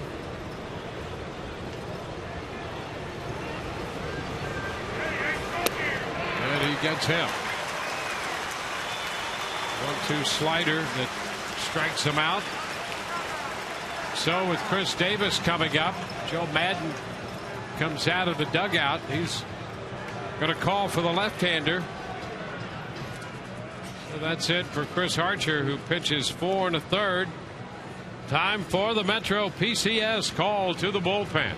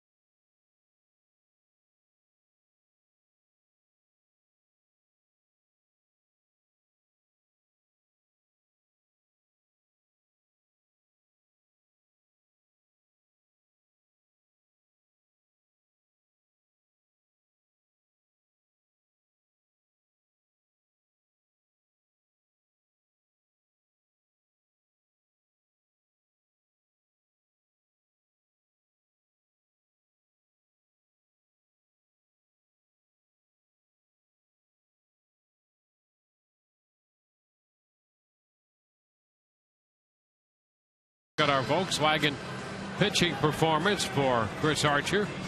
4 1/3, 4 runs, struck out 7 and walked 2, and leaves this game down by 2 runs.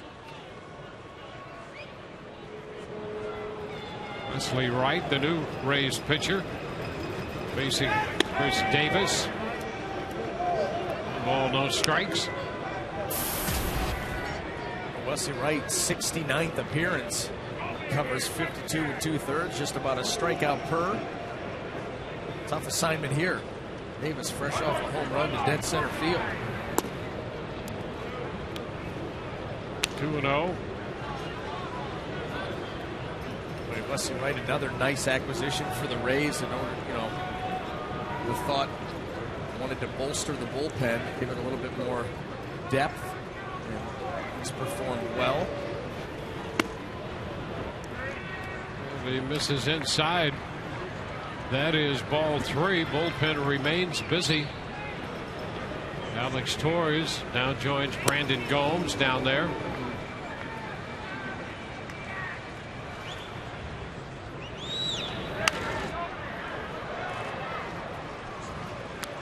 Three and one.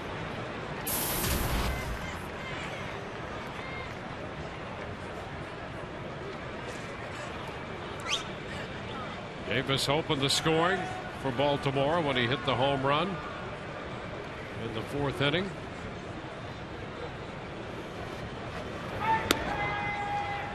And he walks in the 5th.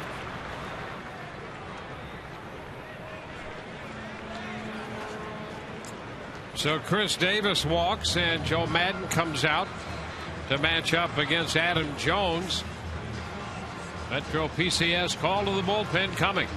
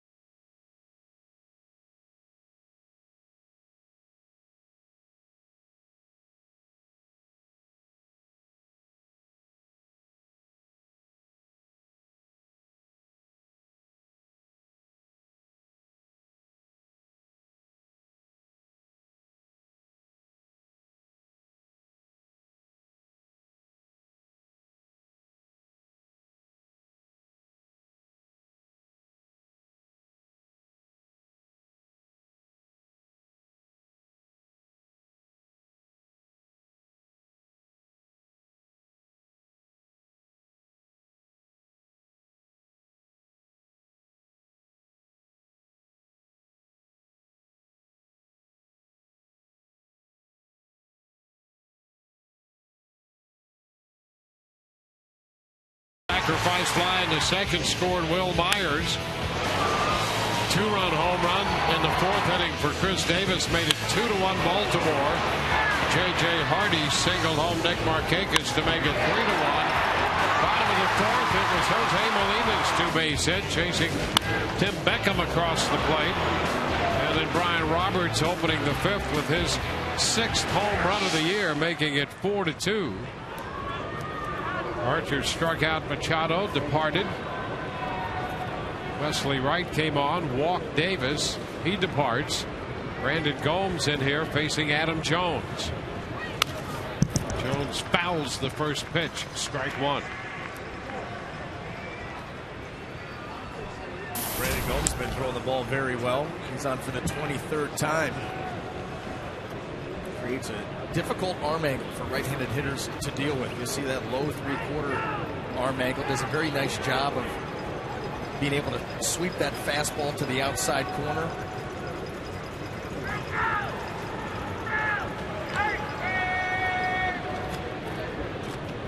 Runner Davis at first. And to strike the count on Jones.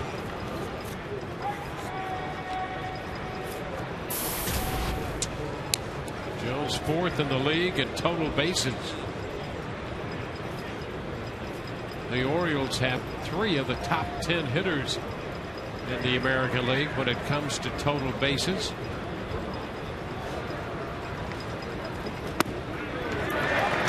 strike.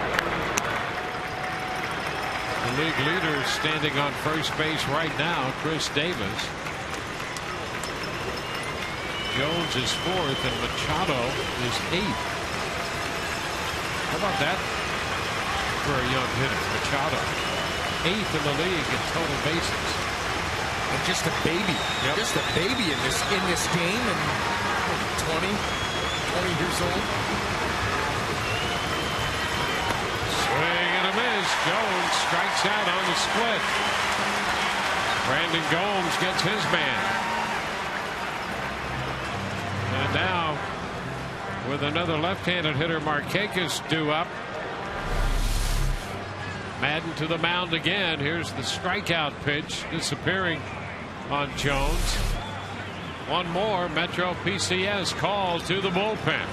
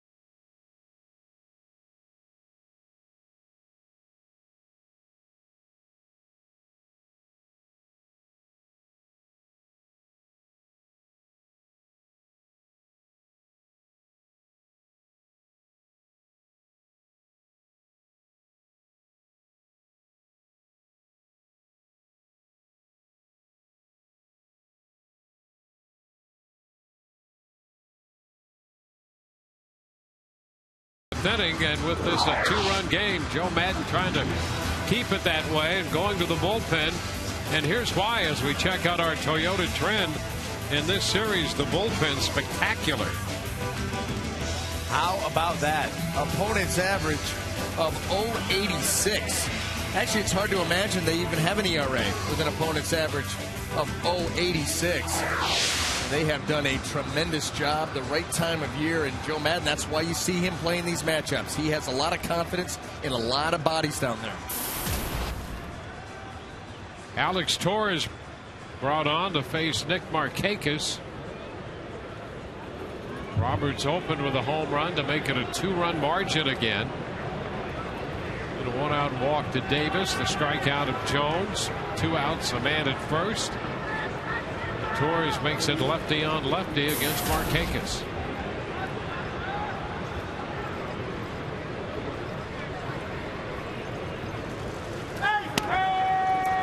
Upstairs, 1-0.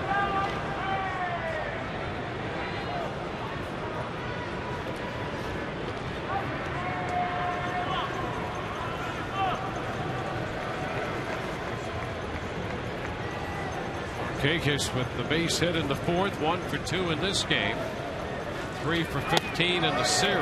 There's a strike.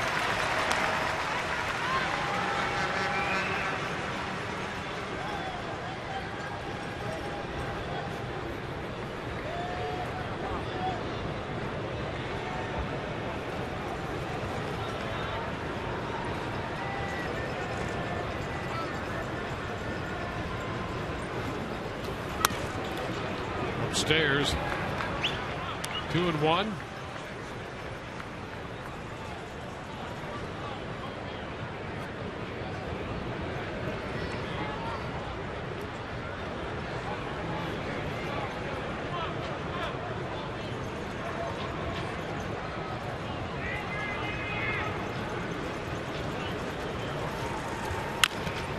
Chopper, third base side, a foul ball. Advancing the count to 2-2. Each team with 5 hits. The Rays trail 4-2.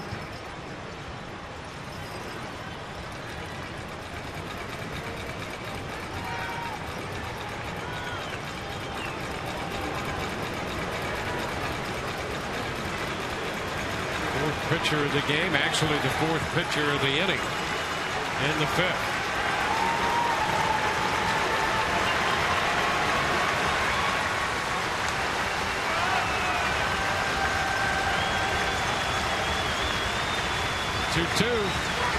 Got it. Marquez chases the high fastball. 3 strikeouts in the inning. 1 run, and it's 4-2 Baltimore.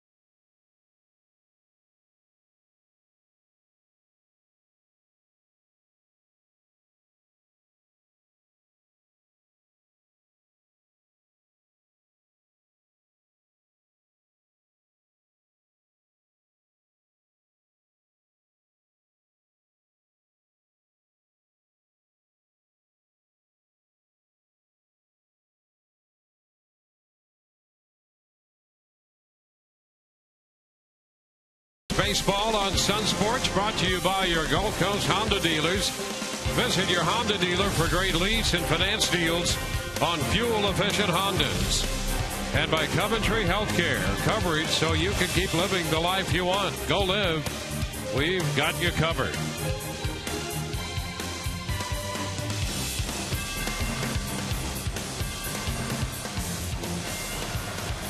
Final home game of the regular season for the Rays. They trail 4-2. Sending the top of the order here up in the bottom of the 5th. And Sean Rodriguez, the left-hander chin delivers, and Rodriguez hits one deep to right. That ball is going to be over Marquez's glove. On his way to second, Rodriguez with a 2-base hit.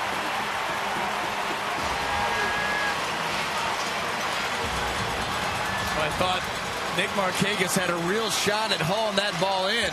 But again, you like the approach of the Rays hitters. In this case, Sean Rodriguez. You're going to stay away. I'll just hit you the other way.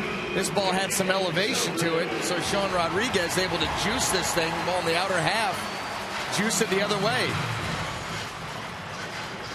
A little bit too high for Marquez. 10th double of the year for Sean Rodriguez. Rays off to a good start in the bottom of the 5th for Ben Zobrist. And 0 for 2 today. End of the game 10 out of 20 against Chen. And that's a called strike.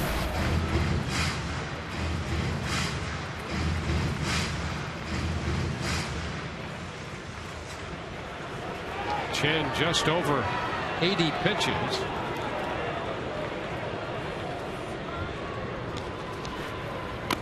And a bunt attempt by Zobrist. Some behind in the count. to bunt the changeup.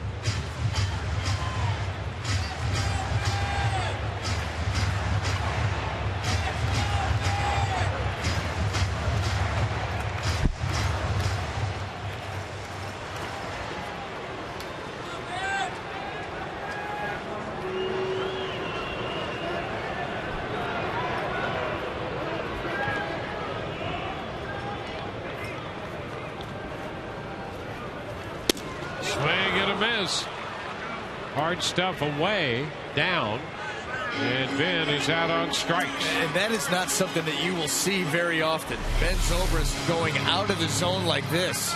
92-mile-an-hour fastball, and you get that swing from Ben. That is a rarity. And you know, he threw those 2 changeups out there, and then with a little something else in that general vicinity, and got Zobrist to chase it. And now that's going to be it for Chen. Buck Showalter's going to go to the bullpen. Back after this.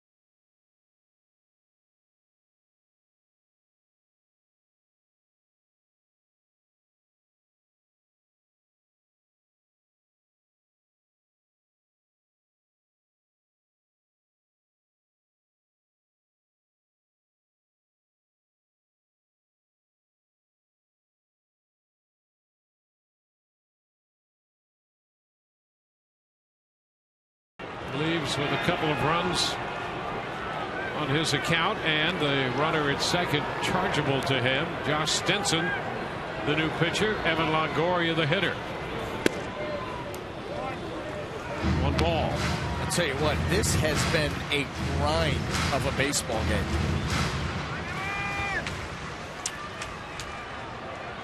Well, the Rays, starting in the top half of the 5th, used 4 pitchers, and Showalter arranging for the early exit of Chen.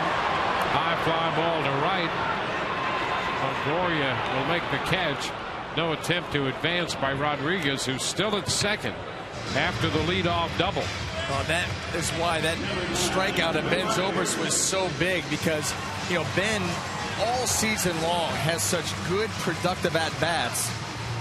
And so you figure that, you know, look, you're looking for a base hit right there, but at the very minimum, he's going to move the runner. And Chen was able to get a big strikeout. Now Stinson comes in and gets a very dangerous hitter in Evan Longoria for out number 2.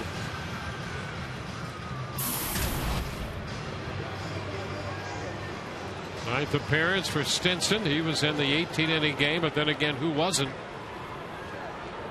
Will Myers up here now. Zobrist on the Rays bench after that big strikeout here in this inning. Longoria retired on a fly ball, and that's a strike to Will Myers.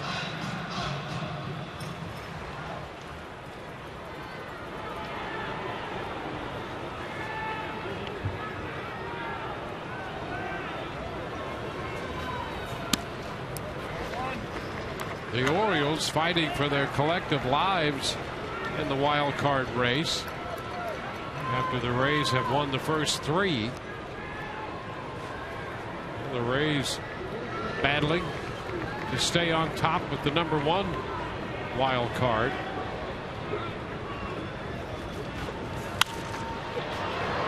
It's up the right side now to play. TJ McFarland up in the bullpen.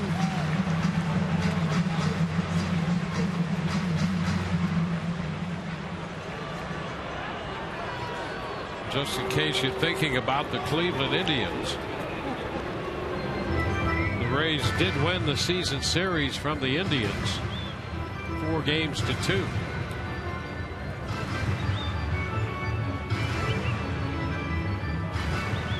1 ball, 2 strikes on Will Myers.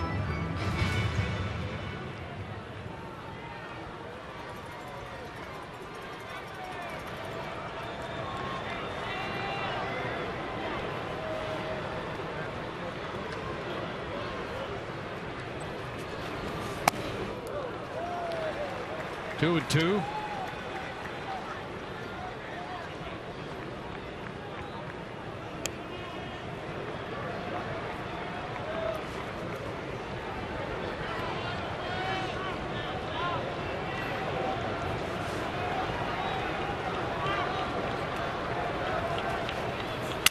Ground ball to the right side.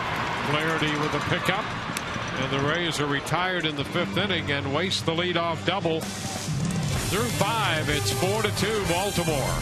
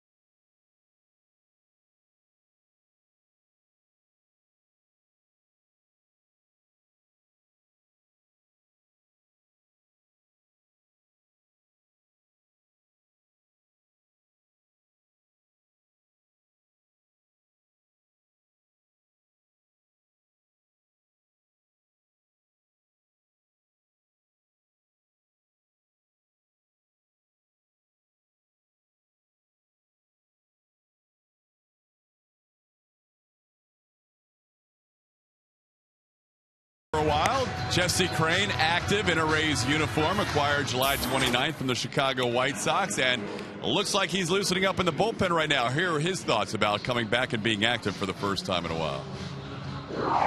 When I feel right, I know obviously I'm confident in what I can do and how I'm going to pitch. So, you know, it will be big to go out there and just see how I respond, see how my stuff is, and you know, all that. So it's just going to be, like I said, I don't know when they're going to put me in, but if that's the case, you know, all these games are important. So, I mean, there's not going to be too much of a soft spot to go into. So, you know, we'll take it as how it goes, and you know, as soon as I get out there and get my feet under it, then we'll see where I'm at. Matt Wieters fouls the first pitch away from Alex Torres. Joe Maddon said 15 to 20 max pitches. He does want to try and get him in there if he can. And guys, this could be an interesting piece of the puzzle down the stretch and into the postseason. Yeah, it could be a very big piece of the puzzle. Even though you're looking at the final week, it's a challenge for him to step into that situation without question. But if he can, boy, what a lift that is. Yeah, you can imagine that Jesse Crane feeling, you know, it's always tough. You go to a new team, a team that is in the postseason hunt. Myers coming in, can't get there, falls in front of him, and Wieters has a hit to open the 6th inning. Well, let's take a look at Crane's numbers here for Wendy's. Now that's better the year with the White Sox. Those are impressive numbers indeed. Well, then you could see why the Rays would trade for Jesse Crain when they knew that he was injured and would take some rehab to get him back because of the potential of these numbers. And obviously the last week of the season, maybe he can come in and contribute in a game. I mean, listen, the Rays just played an 18-inning game and had to use a lot of different guys coming out of that bullpen. You never know when he may get in and what kind of effect that can have on the final outcome of that game. Nate McLeod tries to bunt and bunts it foul. Strike one.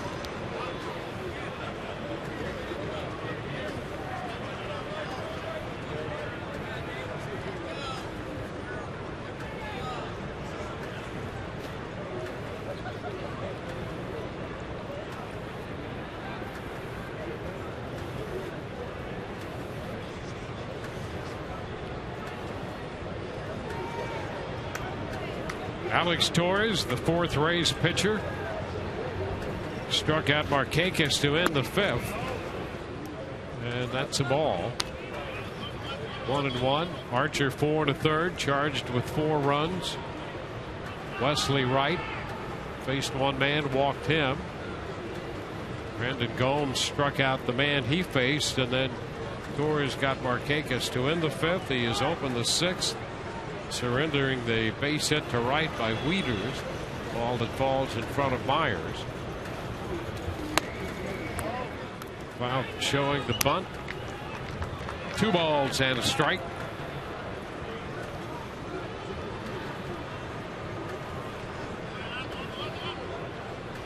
Well, McLeod better get this bunt to the right spot because you've got Torres coming in after he releases the ball. Evan Longoria is playing even with the bag. He's charging hard.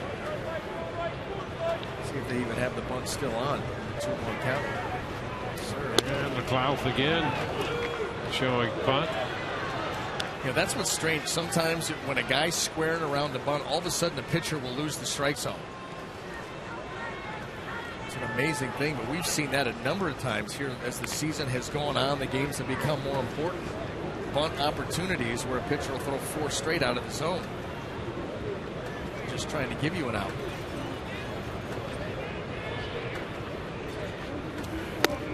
Cut the miss on a fastball. 3-1. So the count is full.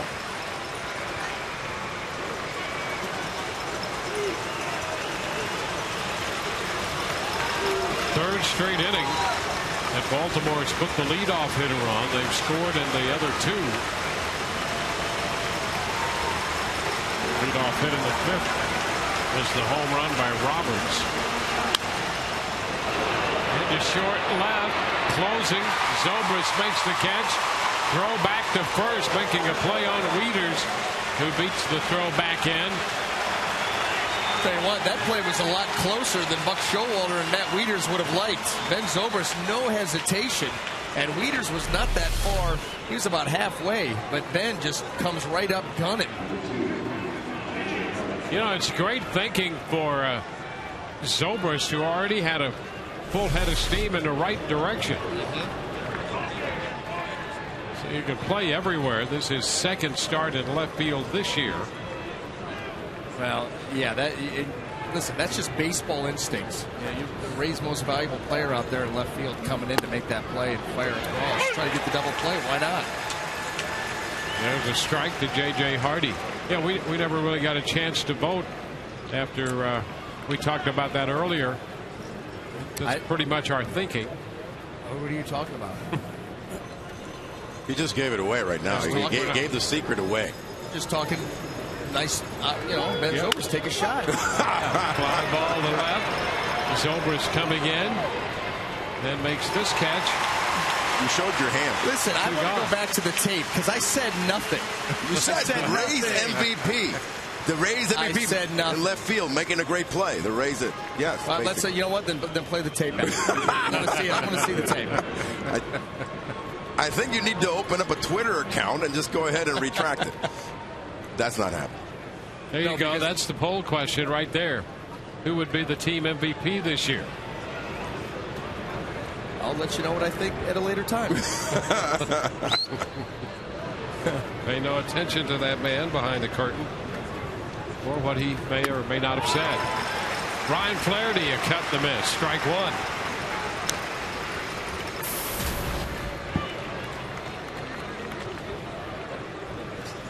Flaherty out pitcher first in the third, and then struck out on an 0-2 pitch when the pitch hit his foot, but he went after that pitch, said plate umpire Dan Bellino.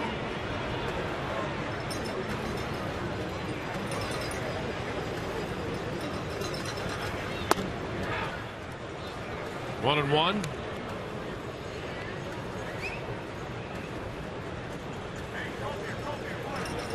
Rays after their 87th win today. Right now they trail by 2. Trying to fight their way into the postseason again. That pitch thrown by Flaherty at 94. 1-2.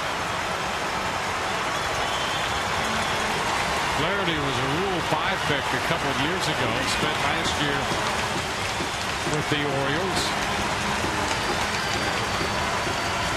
Came into the game hitting .218 this year with them.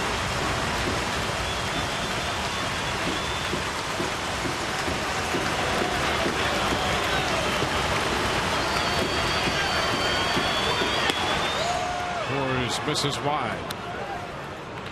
It's 2-2.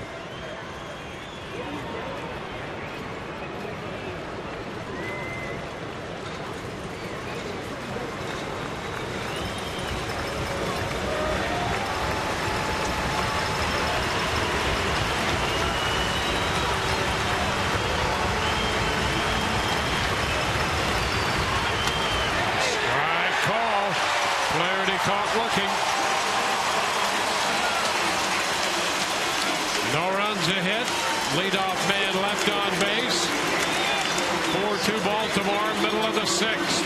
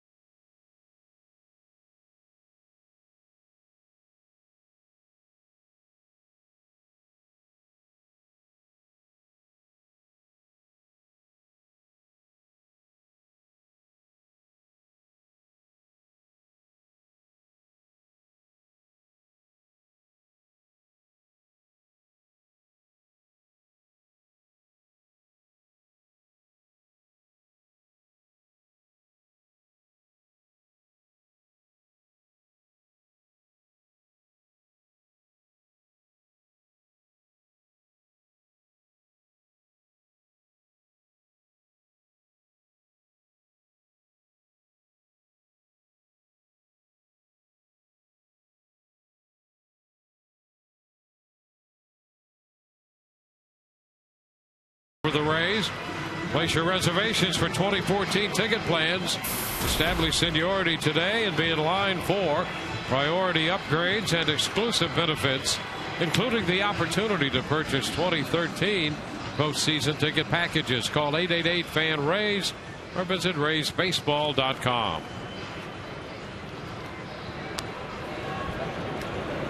Delman Young will begin the 6th inning for the Rays with Yunel Escobar. Tim Beckham scheduled to follow.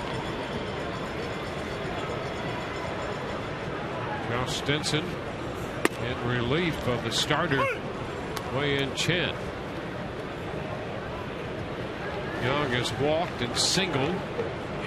First pitch for a strike on the corner. Rays in each of the last 4 innings have put the leadoff hitter aboard. Only did Will Myers score in the 2nd inning. The Rays 0 for 6 with runners in scoring position.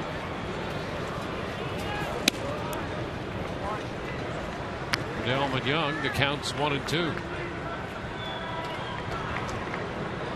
So we play in the bottom of the 6th. The Rays have managed to get through the front 6 with Archer 4 1/3, then Wesley Wright, Brandon Gomes, and Alex Torres.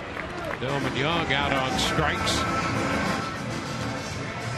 Well, Stinson, very good stuff, and a nice, strong fastball there to put Delman Young away. Nothing fancy about this, just letting her rip at 93. Some late hop to that pitch. Rays now have Jake McGee up in their bullpen.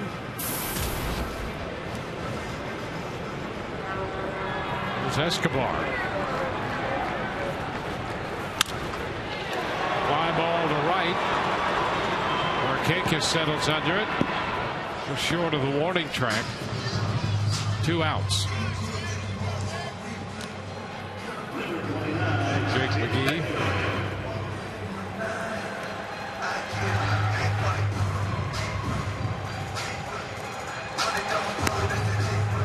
Chin worked 4 1/3, made 83 pitches, giving up 2 runs, 6 hits. Stinson in there. He got the final 2 outs in the 5th, the first 2 outs in the 6th inning.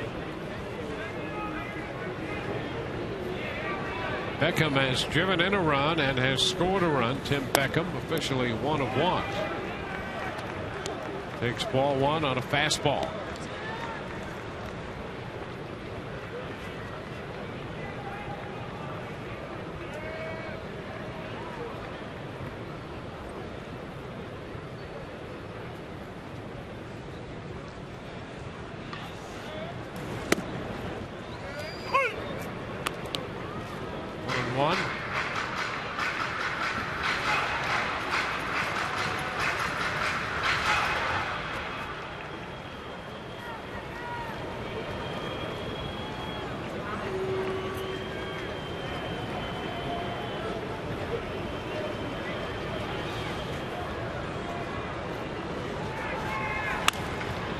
Popped up. Will it be playable? Sliding effort by Wieters, but he ran out of room, and Stinson was over there as well, along with Davis. Yeah, what Nat Wieters needed to do was reach into the Rays dugout, not slide up against that fence. Tough call here, but he's going to slide, look for the catch, and he's on the wrong side.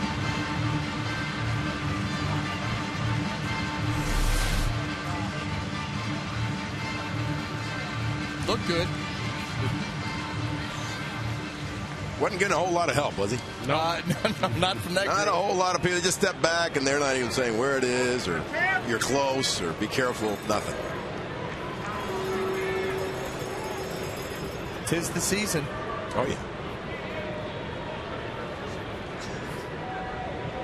1-2 count on Beckham. Down to 3rd. Machado's throws on the money. 1-2-3 go the Rays in the 6th. On to the 7th. 4-2 Baltimore.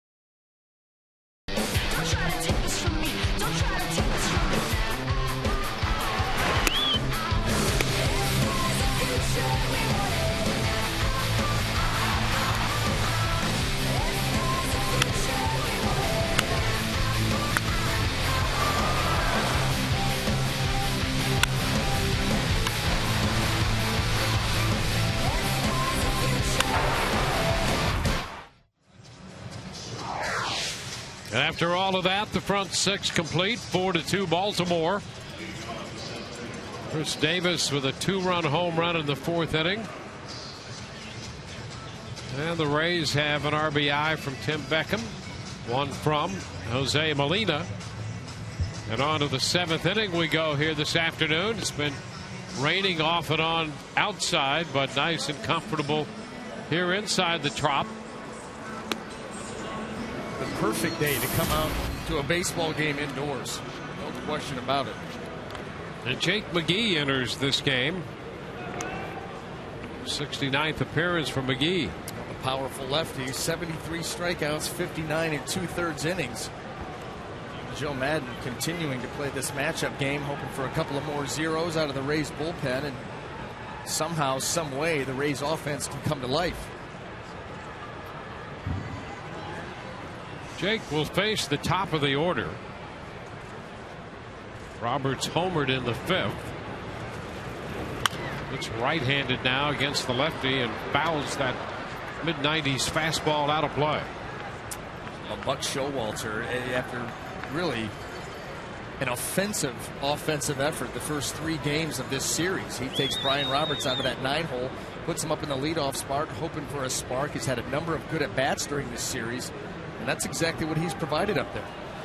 Seen some pitches, hit a home run his last time up. Right from the very beginning, he extended the at-bat with a number of pitches against Archer in the 1st. And then Archer threw him a slider down and in, and he hit it out. He got wise, too, because you remember that second at-bat, he struck him out on a nasty slider down and in. And Brian Roberts did not forget that. Chris Archer had, throughout his outing, had stuck with the fastball and slider combination. I don't recall seeing a changeup, and if there was one, it was 1 or 2. And all of a sudden, he came back with that slider, didn't quite get the break down and in that he wanted, and Brian Roberts dropped the head.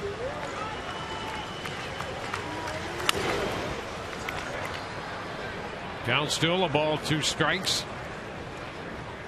Just a gritty ball player, and makes such a difference in this Orioles lineup that's powerful enough with or without him, but he makes a difference when he's in there.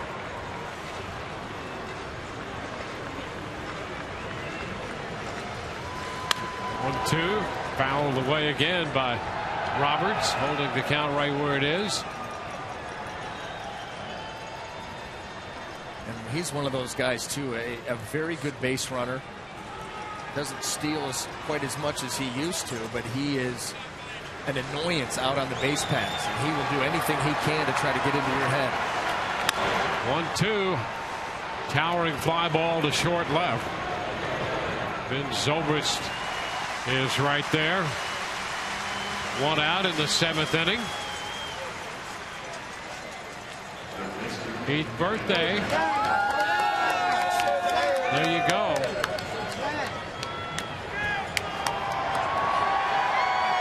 If you read that upside down, you can go, I just skipped school. Yeah. And the downside is it's just extra homework tonight. Yeah, it could be worth it. It is worth it. Life's a trade-off. That's it. Ground ball off the bat of Machado, and Rodriguez struggling to get back to first. Now Machado falls and is hurt. He's tagged out. Rodriguez tagged him, and Machado is hurt as he hit the bag. And boy, you hate to see that. Yeah. Rodriguez was trying to get back to the bag after going for the ball. That was a struggle. And when Machado hit the bag, you don't want to see this. He caught the outside edge, and you see that knee twist in, and he immediately drops down at that outside edge. He sure did. Boy, oh boy. Yeah, that's cruciate type stuff right there, because you caught the end. Oh man, yeah. He just it's bad. What a shame this late in the season at any time for this young type of kid. Yeah, they're gonna need the stretcher because that does not look good. No. Oh, you hate to see that. He's such a positive on this Baltimore team, and for the game overall. And you know what? I will tell you guys, I haven't played first base so long, that you're surprised how hard a actual base is. So if you hit it in the wrong spot and on the slope down in the back spot, I've seen a lot of guys buckle that knee trying to beat out a hit or something, and I think he hit it the down slope, and then he was thinking about turning, and man, he caught it just unfortunately right. You can see the disappointment all over his face. Yep. Absolutely, and you feel for him. Such a great young talent. Yeah, you can see his face. He knows that he did something very serious.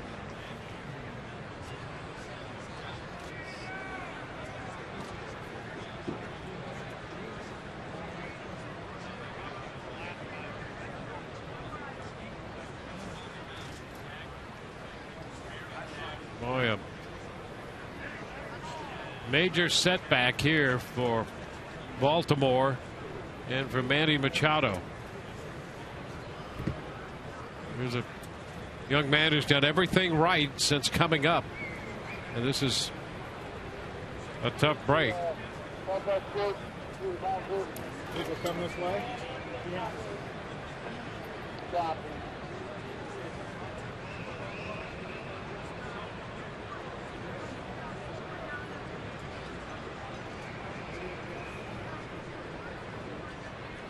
Well, the Orioles had lost the first 3 games of this series. That's tough enough, but nothing compared to this.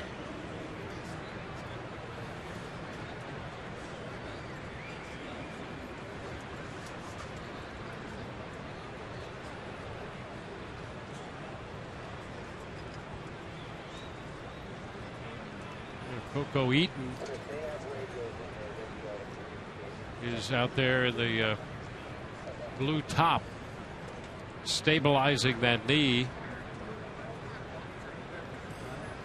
Coco's done a lot of surgery on the Rays' behalf and others as well, so he knows exactly what he's doing and how to handle it.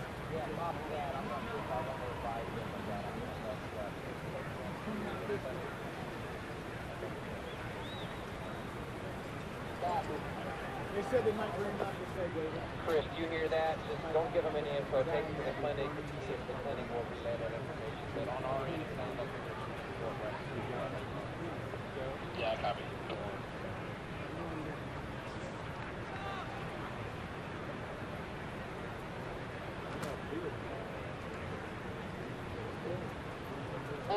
Taking some time here, and they are very careful with Manny Machado. He hit the ground ball to the right side. And there was actually a little defensive mix-up on the part of the Rays, part of the strangeness of that play. Finally on the stretcher.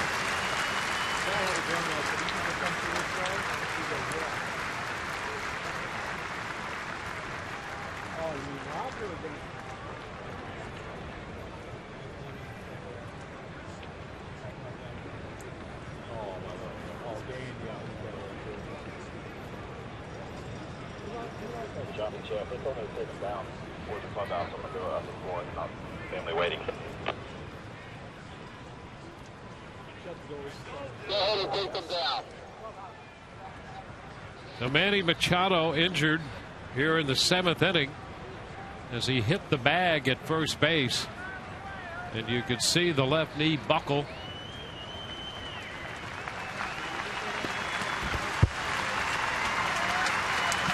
Painful and disappointing for Machado.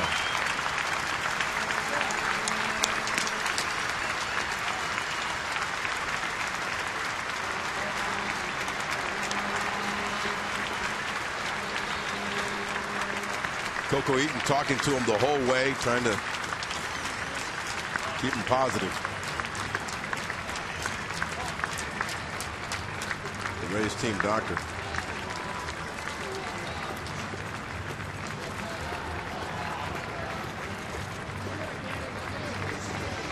So the injury to Manny Machado.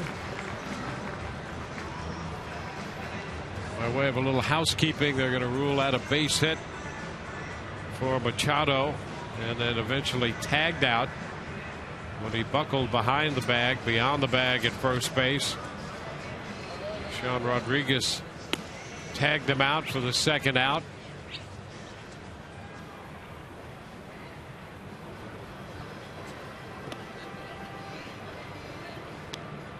Well, they're going to say that he was not out because he did not, of his own volition, move towards second base. He fell towards second base, and so it would appear that that's going to be a base hit for Machado, and he will not be out as a result of the tag. And it's consistent. It makes sense. Absolutely the right call. You know, he's running up the first base line. He hits actually the outside part of the bag closest to the foul line. You see where he's running just straight up. He's not looking to make a turn at all, but right here, the buckle, and that's where he falls. Yeah, it wasn't even like he was turning and he caught it part of his body going one way. He just literally hit the outside part. And as I said before, you don't realize how hard a bag is. And if you just hit it just right, and it just, his interior part of his knee buckled, gave, and that's probably where we're going to see a lot of the unfortunate issues. Is going to be some tearage or some sort of cartilage issue inside. Alexi Casilla is going to run at first. So the Orioles get a base runner with one out here in the seventh. And Chris Davis will be the hitter. So it's a base hit. And here is Davis.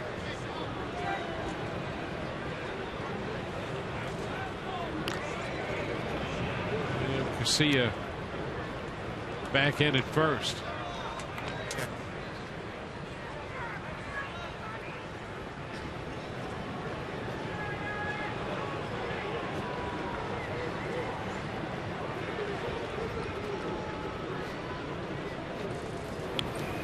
Now the pitch skips by Molina, and down to second goes Casilla. That'll be a wild pitch charged to McGee, and the Orioles have another man in scoring position.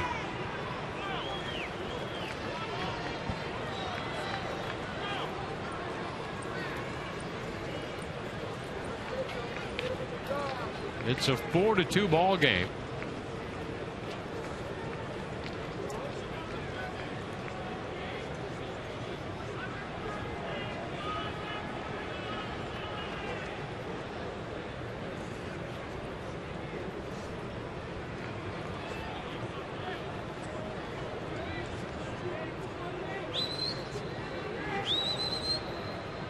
Want to know the count?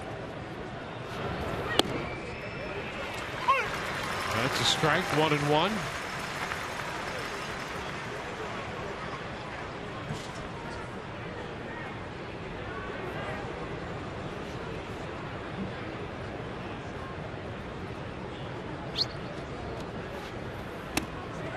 Cut and a miss.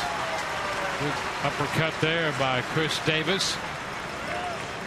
1-2.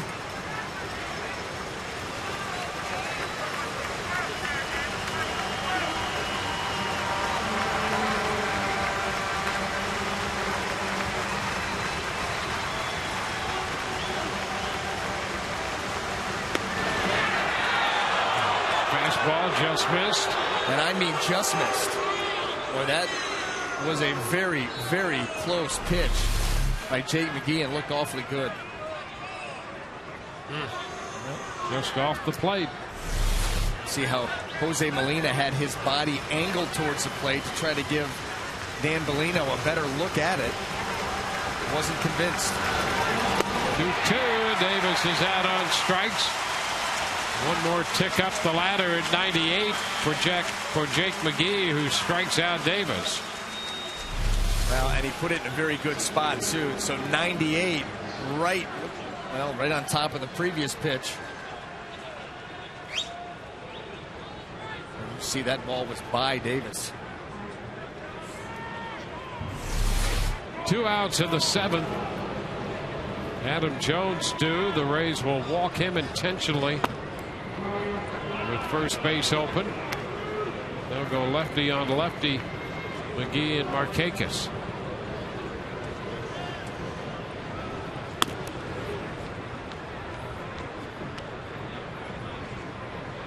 So Adam Jones, who had struck out 3 times today, twice against the starter Archer. And then Gomes came on to get him in the 5th, now intentionally walked in the 7th.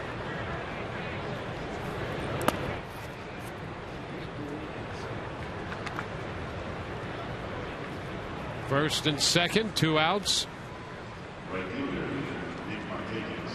Markakis singled and scored in the 4th.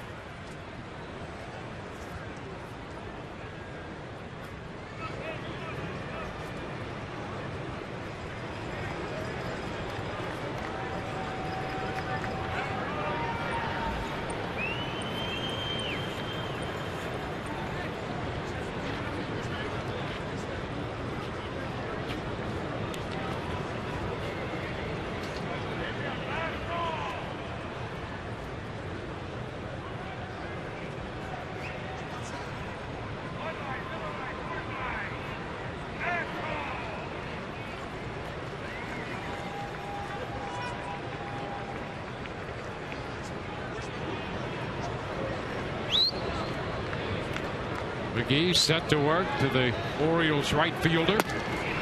Starts him with a 97-mile-per-hour strike. Well, his last 3 competitive pitches have been 97 or 98 miles an hour right on that outside corner or just off to the left-handed hitters. And if he stays there, good luck.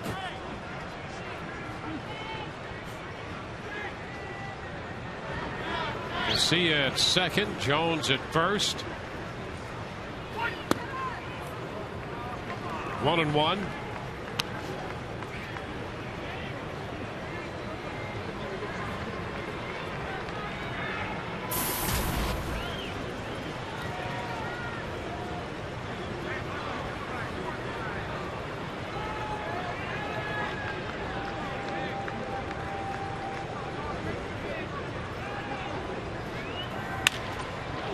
Bal back at third. Heads up down the line. Yes, you better believe it. Oof. Cover up that little guy down there. Yeah, that was a rocket.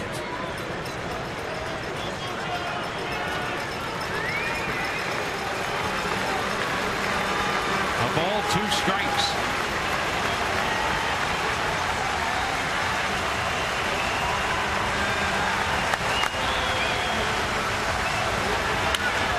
Ball through the left side. It'll be charged by Zobrist. Casillas headed to the plate. Throw comes through. Ball loose. Casilla has not been tagged. He did not get the plate. Picked up the baseball. Molina put the tag on him. Molino made no call at the plate, indicating that there was no tag of the plate. And then Molina picked up the ball after Casilla had picked it up, and Molina tagged him with it. He's out. He missed the plate. Molina wouldn't let him get there. So Molina had the ball all the time and then tagged him.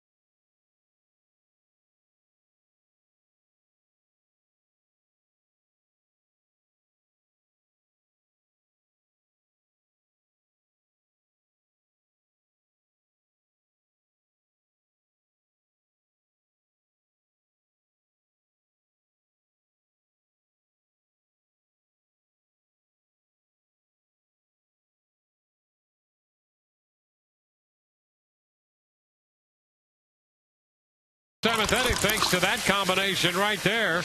Just like we promised earlier in the game, it's Miller time, brought to you by Miller Lite. Zobrist makes the throw to Molina. Well, strong throw by Zobrist and a great job by Jose Molina of blocking off the plate. Alexi Casilla, he got close with that left hand, but you're going to see right here, kept from getting to the plate by Molina. And no call was made, so now it's a standoff. Pushes him right off the plate and then records the out. Well done. Great call by Bellino there. Or non-call, actually. Yeah, great no call, and you can't argue with him. Bellino with a law degree. He's already passed the bar.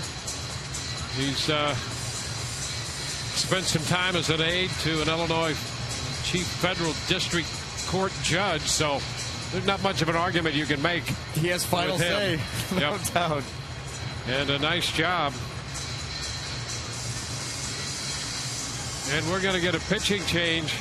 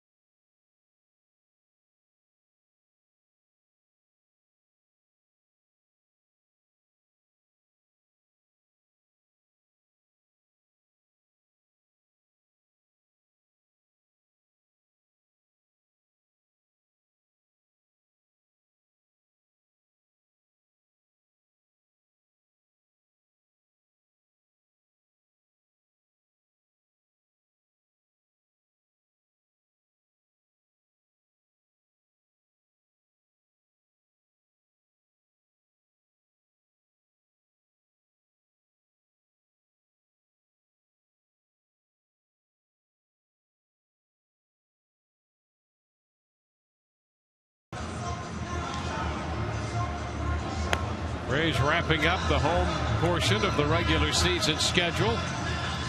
On to New York. Chevron pitching matchup for tomorrow. Matt Moore will do the pitching for the Rays, and Hiroki Kuroda on the mound for the Yankees. We'll be with you on Sun Sports with our coverage beginning at 6:30. So it's Mattis on the mound. David DeJesus will bat. Change on the infield as well. Flaherty goes from second to third, and Casillas stays on to play second base.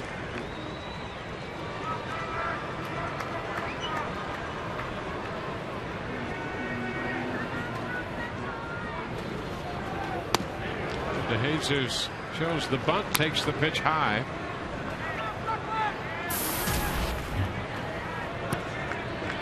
DeJesus hitting for Molina, and Lobaton has moved on deck to hit for Sam Fole.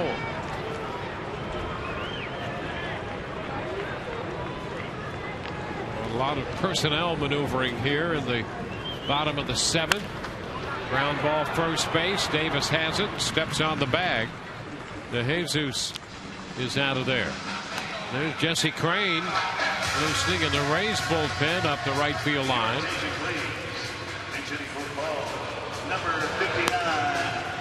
And you can imagine what it's like right now for Jesse Crane as he gets loose. Maybe his first appearance with a new team in the heat of a pennant race, the final week of the season. Big moment, potentially.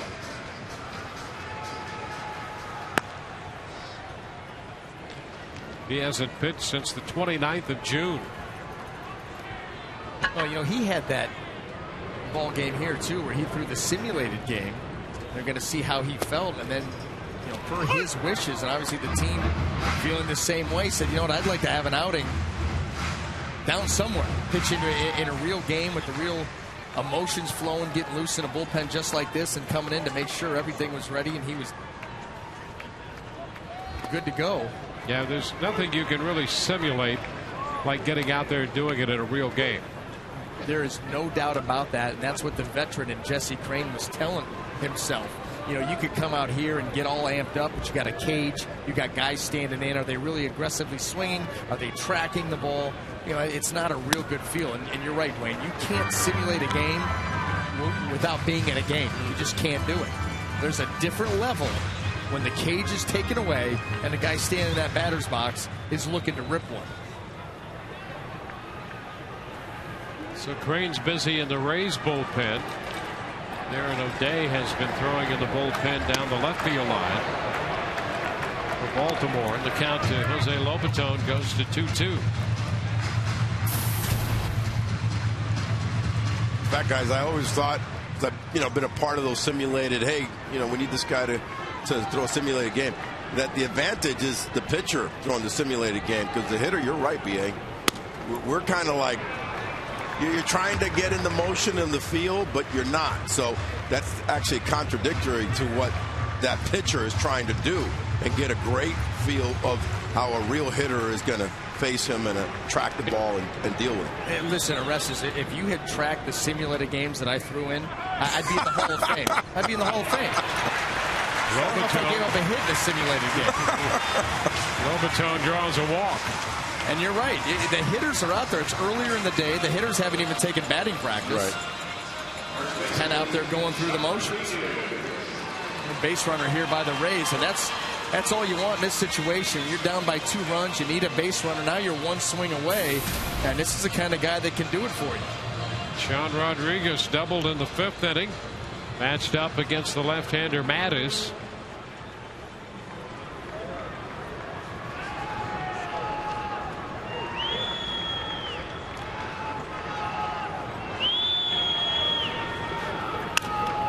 Foul ball going to be straight back out of play.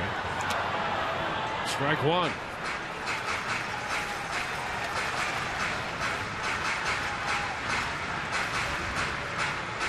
It's the right-hander O'Day. With this late in the year, both these managers have options not only in the bullpen but on the bench as they try to match up with each other.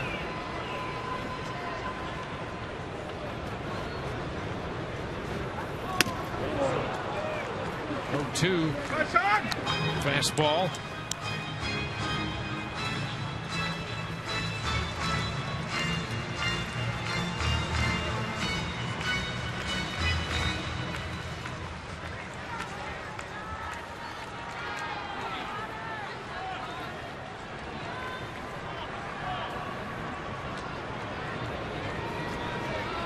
Rays have Jamie Wright up in their bullpen as well.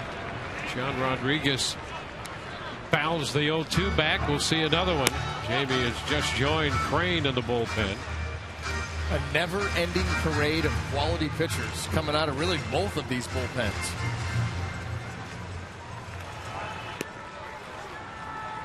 All this innings without ever seeing Jim Johnson get on the mound. Yeah, how about that? Upstairs. Well, we are in our 43rd inning of play in this series. Yeah, the Orioles really never had the opportunity that would warrant bringing in Johnson. No. And Rays trying to prevent that here. Right. Yeah, that's right. You see him on the road especially. You're in a bad spot late. Oh, strike 3 called on the outside corner. And that is out number 2. That is a nasty backdoor breaking ball by Brian Mattis. Borderline pitch. 86 late break. Let's see where it is on Fox Tracks. That's awfully close.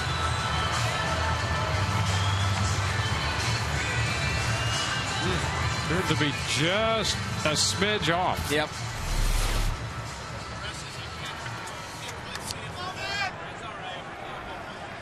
Here's Ben Zobrist.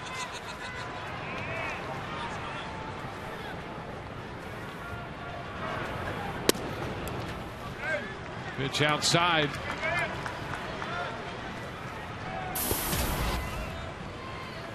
One ball, no strikes.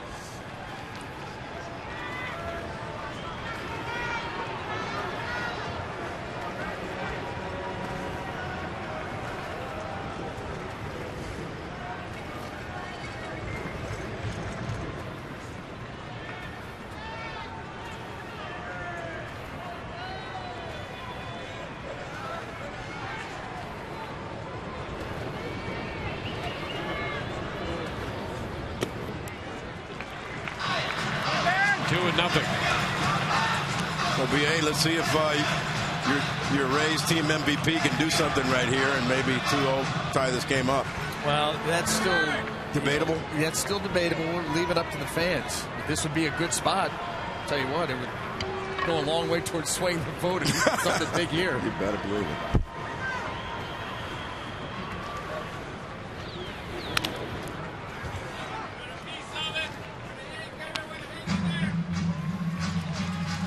Foul the changeup right there. It's 2-1. It must be so nice for Joe Madden. You know, when you get to these types of situations and a guy like Ben Zobrist going to the plate, you know, there's no wonder. Is this kid prepared? Does he have a good approach at the plate? That's never a question with him. No, and you can just rest easy and say, hey, listen, I'm just going to trust in his abilities to get something done. And a liner into center, a base hit. Lobaton makes the turn and hangs on back in at second. 2 men on, 2 men out. The Rays are going to get Evan Longoria to the plate. Not before Buck Showalter comes out of the dugout. He's got the extreme right-hander ready in the bullpen. Well, Ben Zobrist taking that fastball up and away, right back up the middle again, making amends for, you know, that last at-bat, a 3-pitch strikeout where he chased a fastball that was way off the plate. Ben Zobrist comes right back in, redefines the zone, and extends this inning. Back with a new pitcher in a moment.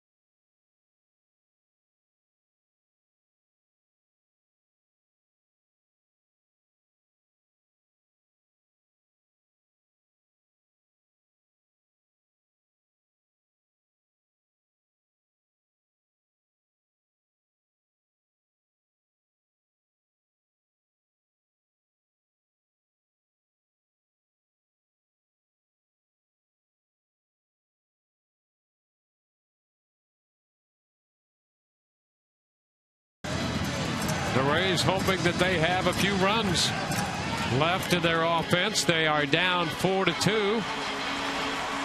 Darren O'Day, the right-hander, comes on to match up against the Rays' third baseman, Evan Longoria. Well, O'Day on for the 67th time, and you're about to see why he is so tough on right-handed hitters. He's got an extreme arm angle out to the side, borderline submarine.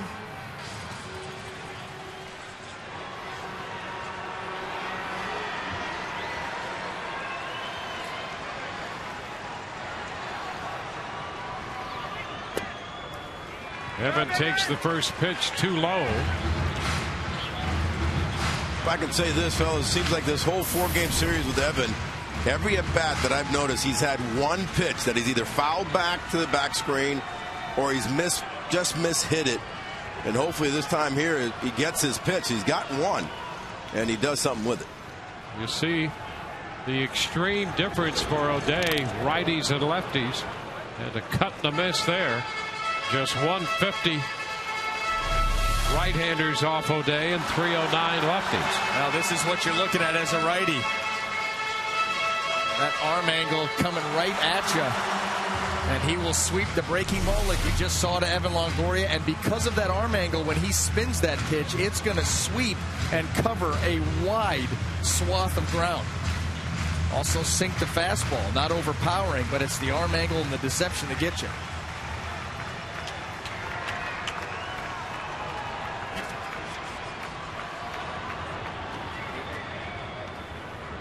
One the count to Longoria.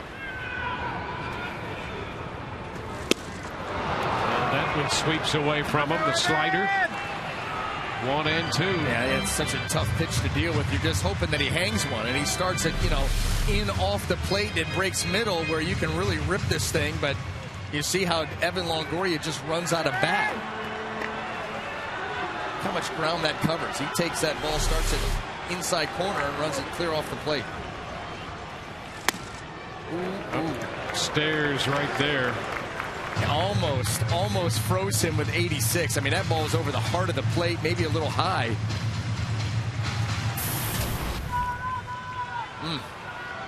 2 of 9 for Evan against this right-hander. Better than most from the right side. 2-2. Oh, very close there. And that was out over the plate, but down. So he misses up. Now he misses down. Evan doesn't bite after either one of them. Maybe he didn't miss up the previous pitch, but who's counting? Full count. Lobatone at second. Zobrist at first. We're in the 7th.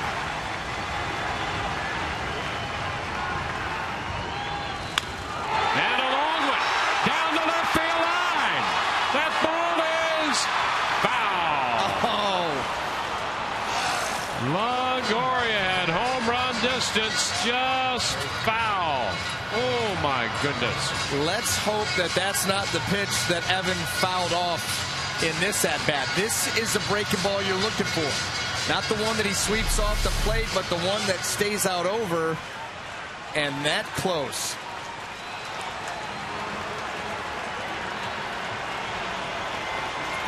Evan trying to keep it fair with some body language. 3-2 again. And he fouls this one. Well, that was this is a good at bat here by Evan Longoria. He went right out after that pitch. Watch him reaching and leaning, trying to get to it, just foul it off, stay alive, and hope for one more of those spinners. See where that pitch was on the very outside edge. Well, this is where O'Day, I'd go right back to that fastball. Evan is leaning out, hanging out, waiting for that slider. And he misses inside with it. He did go fastball in, but off the plate. And the bases are loaded. Well, I think that was the right call. That slider was getting predictable, and Evan, obviously a couple of good passes at it.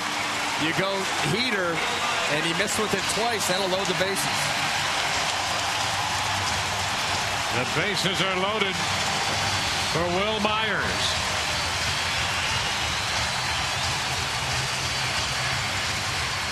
Now we need right here. The star of Shark Week needs to unleash his Sharknado right here. He opened the scoring for the Rays when he singled in the 2nd and scored the first run of the game. Bases loaded, 2 outs in the 7th. And the slider is in there for a strike down around the knees. Well, you know what? If you're Will Myers, take it. You get 3 strikes. There's not much you're going to be able to do with that pitch. Look for something better, more to your liking.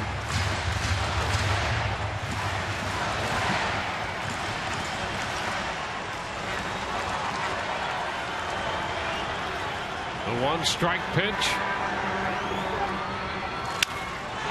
And to right center field. Out from second, Casilla. The ball is loose. A collision with Markakis. Lobatone scored. Zobrist scored. Another Oriole is injured on the blooper. The Rays have tied this game. Lobatone and Zobrist crossing the plate. Longoria went to 3rd. And a collision, Casilla and Markakis. And I think it was Markakis' knee making contact with Casillas' head. Yeah, right there. Oh, right my. there.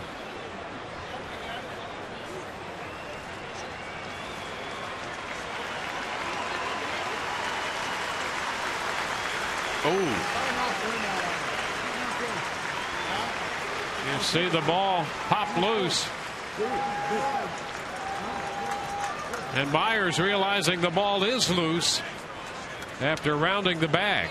Well, initially it absolutely was a catch into the glove, but when the head hits the quad of Markakis, well, he gives up the grip on that ball and it comes squirting out.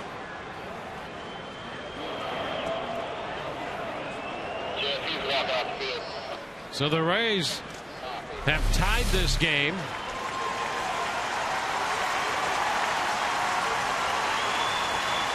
And the ball loose in the entanglement there in the collision. Boy, he had that ball well secured in the webbing of the glove.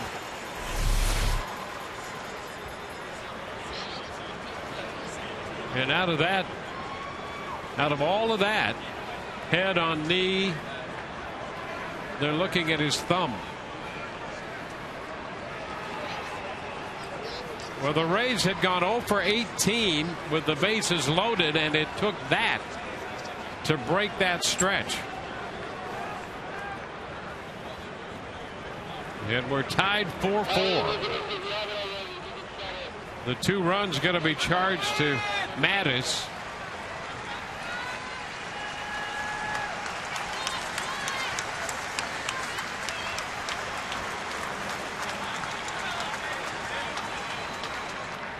Boy, if they come out of that with nothing beyond what it appears, very fortunate indeed. Yeah, no question, because you saw the impact of the hit, and then that first shot of Casilla, you know, he looked like he was not altogether there. Here's the look. I mean, right there, you see after the contact that does not look good. Certainly looks a whole lot better now, but a little wobbly right there.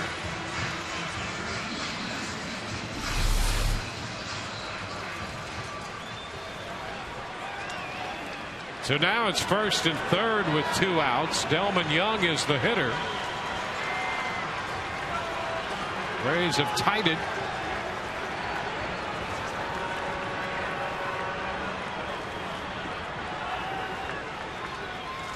And a line drive into left. It's going to hang up and be caught by McLeod, retiring the side. Young hit it hard.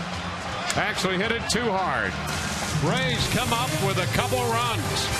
Through 7, it's tied at 4.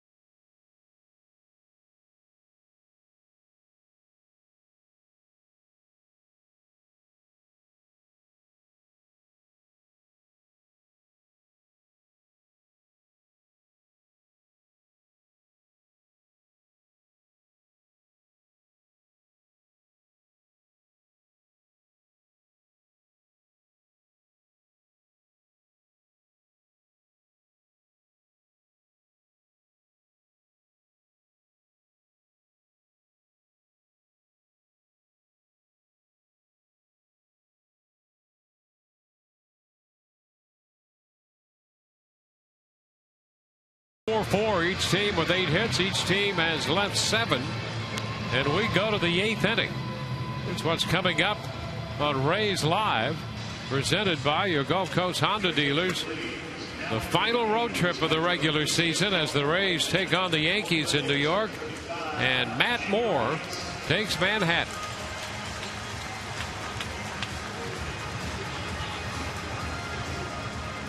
Jamie Wright will be the new pitcher. He's the 6th of the game. How about those numbers? His last 6 appearances. Can't do much better than that. Jose Lobaton in behind the plate. The battery mate of Jamie Wright. And up the middle in center field, David DeJesus. Matt Wieters opens the 8th. Fouls it back. Jamie Wright, Joe Madden likes Jamie Wright just about on everybody. He's got the sinker, the curveball that he can go after right-handed hitters with. Against the lefties, he's very adept at running that cutter in on the hands and the curveball, the sinker going away. He's got a lot of weapons for you, a lot of experience. A great idea what he's doing out there.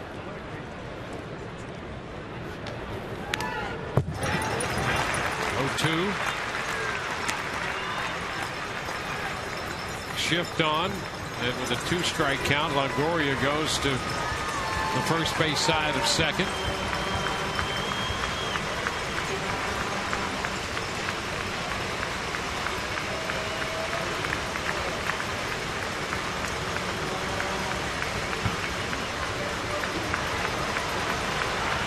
Way wide. Curveball slipping away from Jamie Wright.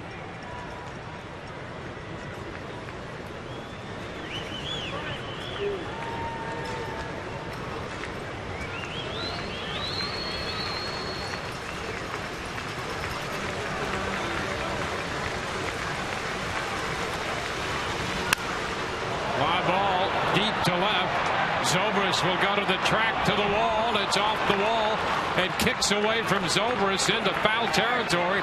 Wieters makes the turn. He's going to hit for 3. Got a chance. He's out at third base.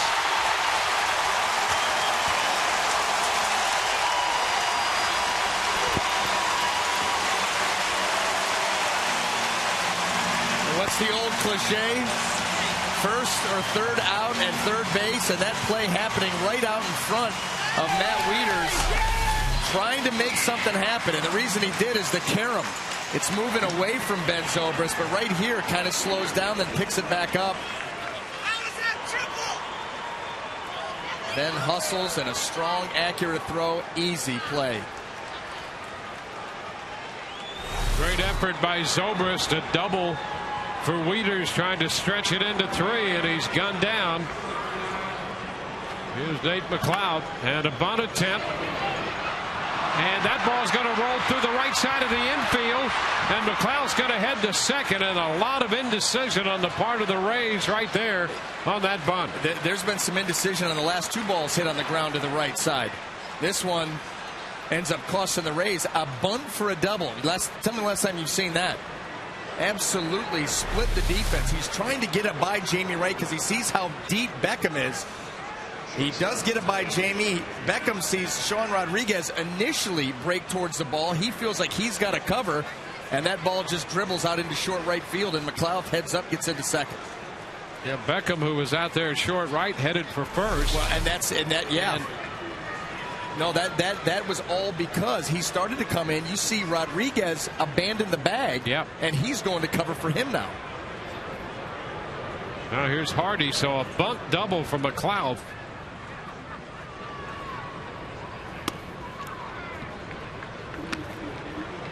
Inside to Hardy.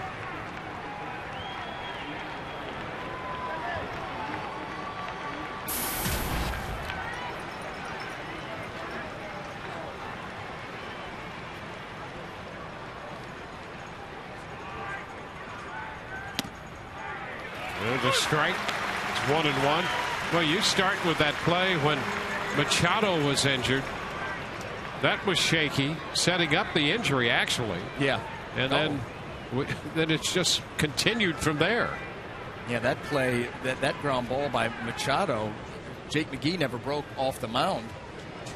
And because, Sean Rodriguez was going for that ball also. Pitch popped up.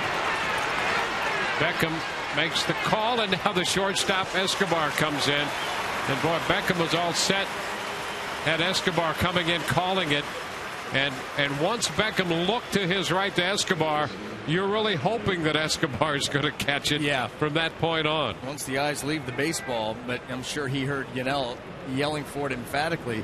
But going back to that Machado play, Jake McGee doesn't break off the mound at all.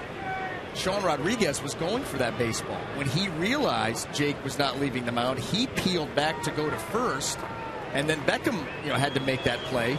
Someone had to get over to first base. And Manny Machado, running up the line, wasn't even looking at the bag. He was looking at the goofy play that was happening out in front of him. That's why he hit the bag so awkwardly.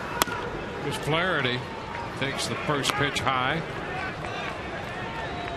And then that collision between Casilla, who was in the game only because of the injury to Machado. Casilla and Markakis with their collision on the ball hit by Myers, allowing the Rays to tie it. And Wieters thrown out at third. The bunt double by McLeod, then a ground ball short right. Beckham is there. Flaherty's out, and so are the Orioles. No runs, a couple hits, a man left. Zobrist guns down Wieters for the first out. He stayed right with that play and recorded out number 1. We're tied at 4.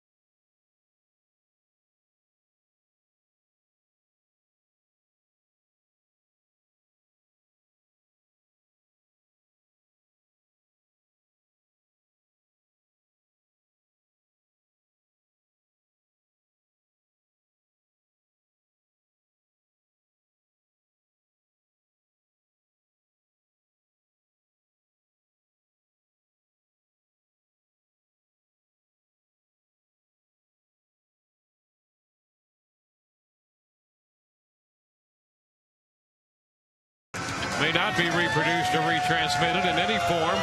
The accounts and descriptions of this game may not be disseminated without the express written consent of the Tampa Bay Rays.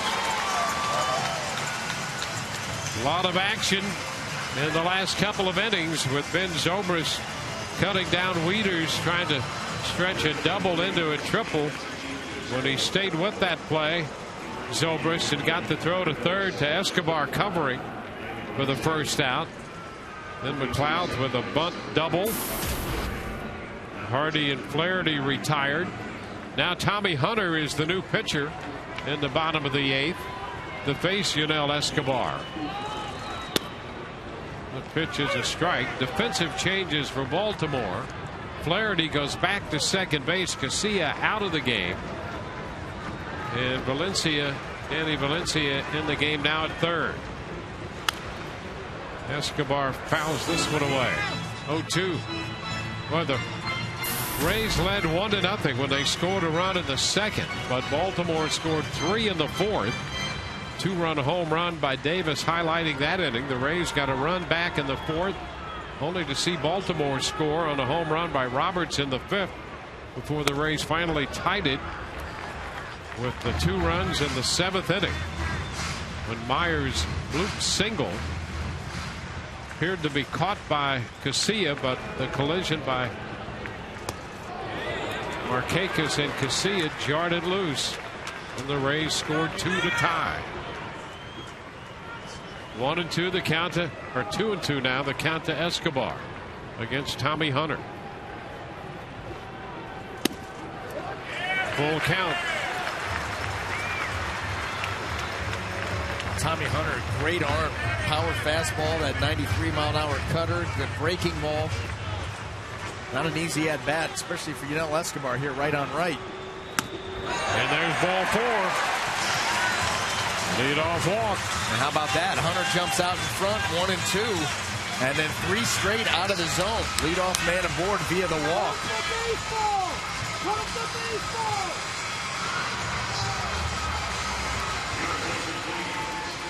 Well, Matt Joyce will pinch hit now for Tim Beckham.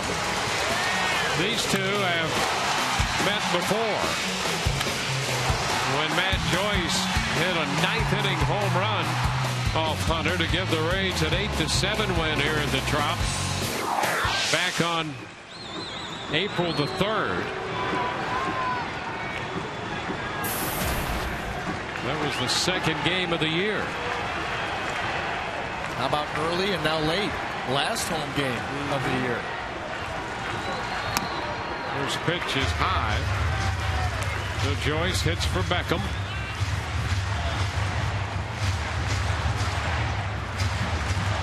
And we're back into that familiar territory, Dwayne, where my scorecard is a disaster. A lot of changes going on, that's for sure. I'm not a big fan of September baseball. Like the pennant race stuff. Yeah. I don't like the 40-man roster. You don't like the expanded rosters. No. Castro out there to chat with Hunter. They may have just seen that replay that our truck sent up of the Joyce home run, and that prompted the visit. Bill Castro says, listen, Tommy, there's one area that I want you to stay away from. And here it is. Now, right now, he needs to get back to finding the strike zone. 4 straight out of the zone. Can ill afford that right here. If you're in that Baltimore dugout.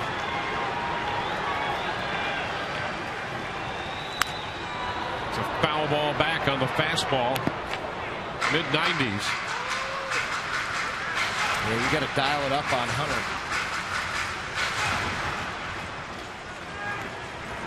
95, 97. Hard breaking stuff.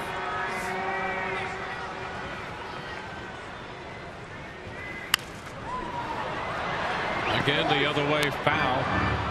One more tick up the ladder at 96 on the velocity meter.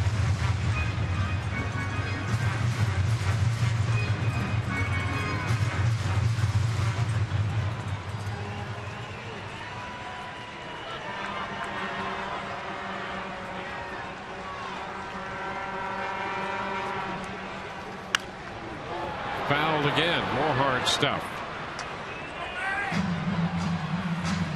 Escobar walked.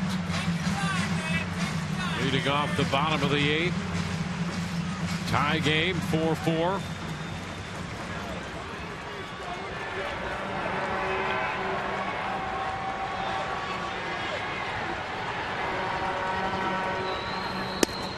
Inside. 2-2.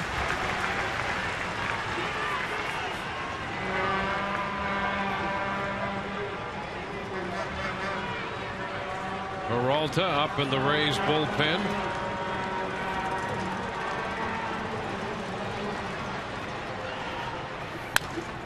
Foul again. 97 that time. Now Matt Joyce again. You get to this point, it's a hard thrower like Hunter.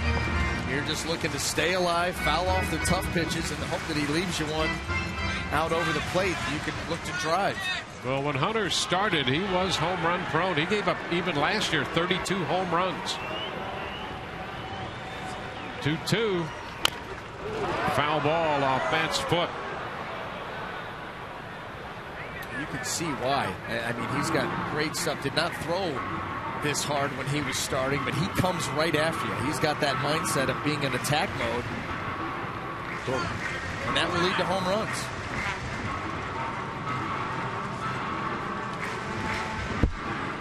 Joey's trying to get some good feeling back into the right foot.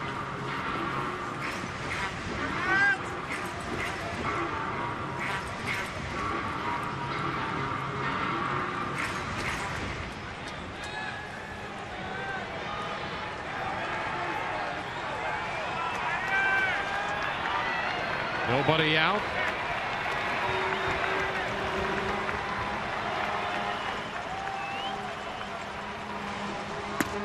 And ball 3. So just like Escobar, against whom Hunter got the jump, he did the same thing with Joyce. 2 strikes, and now the count is full.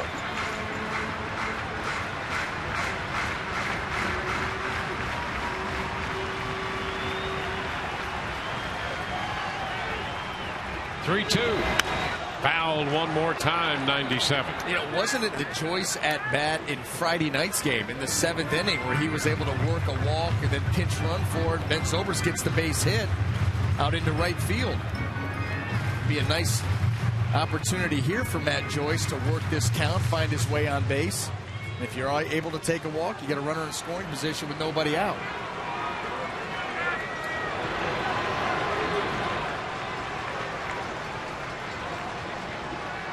3-2, and he draws the walk. Fastball low. Well, what an at bat by Joyce. That was a close pitch. Sure was. It definitely had played. Was it down? This is going to be a close call. Bellino says down. Looks good. Maybe it was good. Track liked it.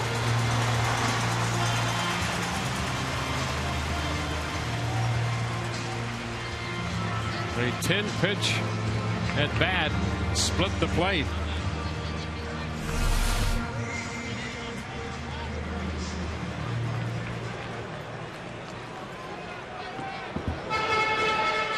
Now do the Rays ask David DeJesus here to get one down, move the runners up and let them swing away.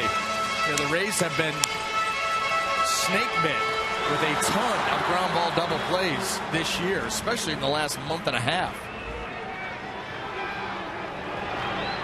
So DeJesus, who pinch hit and grounded out in the 7th inning, hits again in the 8th. Corners in, middle infield, back towards double play depth. And no signs there as he takes a fastball for a strike. Swing away, baby. Ray's looking for the big inning. Forget about 1. You want 3 or 4. Right. That's small balls for them. Yeah. What is this, the National League? 1 strike to count on DeJesus.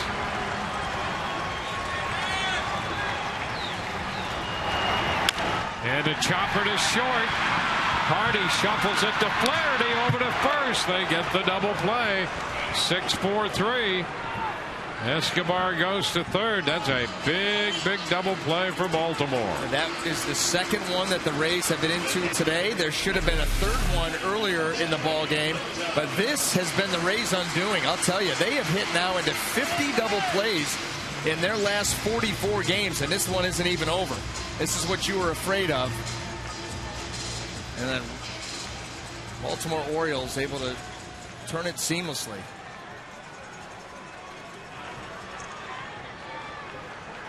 Well, here's Lobaton, who walked and scored in the 7th. And he hits a ground ball to short. Hardy throws a strike to first. The Rays threaten, but do not score. We go to the 9th, 4-4.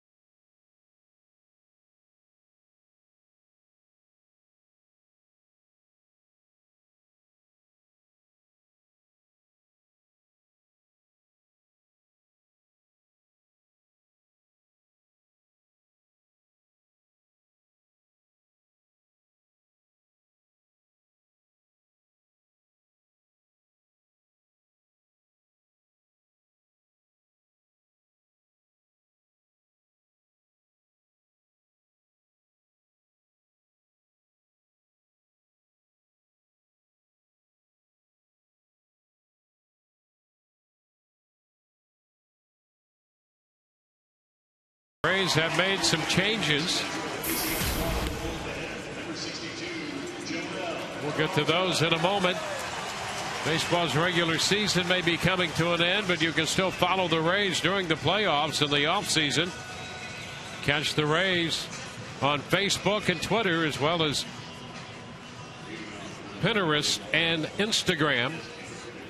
Get your Rays baseball fix year-round and a sneak peek at behind-the-scenes photos, videos, and more.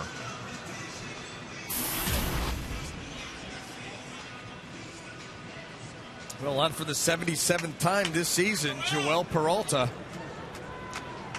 Good numbers all the way down.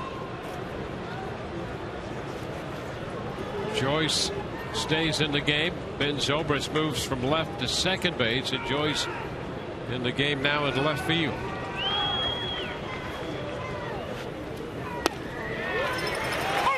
The pitch is a strike to Brian Roberts.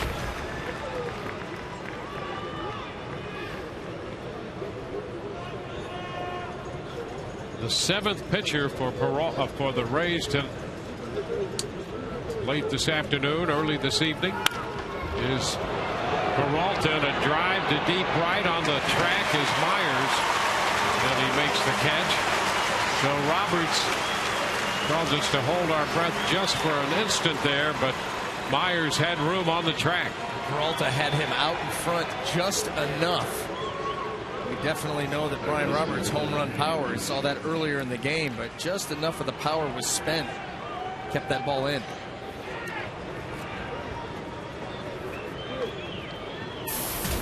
Danny Valencia at the plate for the first time in this game here in the ninth.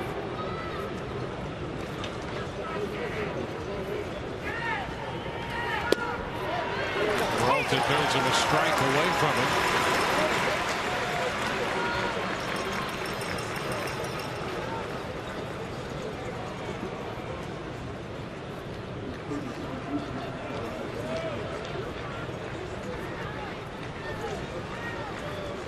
One to count.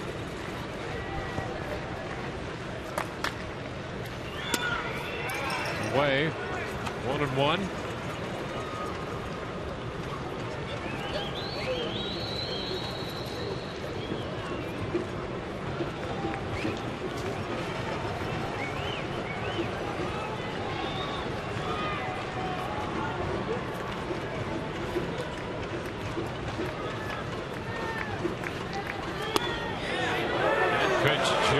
Missed. Very close. Split finger. Oof. Maybe that late little movement took it in off. Rays move Zobrist up the middle now with a 2-1 count. He had been a few steps still on the first base side of second. See him right up the middle behind the bag. Escobar shades the hole on the left side, and Longoria near the line.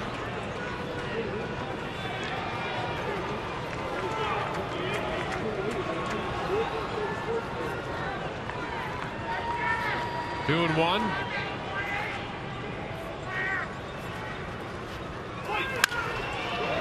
Pop fly. Shallow center. DeJesus coming in. He makes the catch.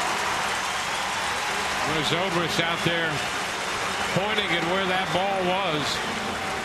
And DeJesus came in, never taking his eye off the ball. Well, there has been communication issues for the Rays on the right side of the infield, and Ben Zobrist, apparently they got that cleaned up. He's directing traffic.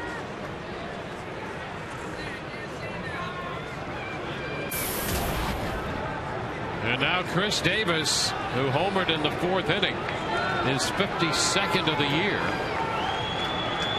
4 of 11 lifetime with a home run off Peralta. The pitch, ball one.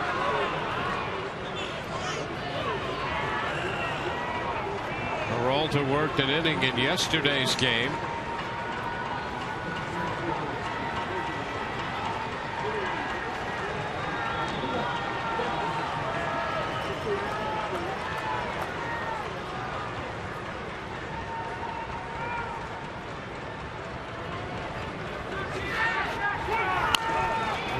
over, foul, third base line. You can see the idea here, too, with Peralta, and it's a smart one. The power of Davis, he's trying to stay down and away from him and saying, look, if you're going to hit one and beat me, you're going to beat me the other way, the big part of the field. And he's capable of doing that. That's why Peralta, it's going to be imperative for him to keep the ball down.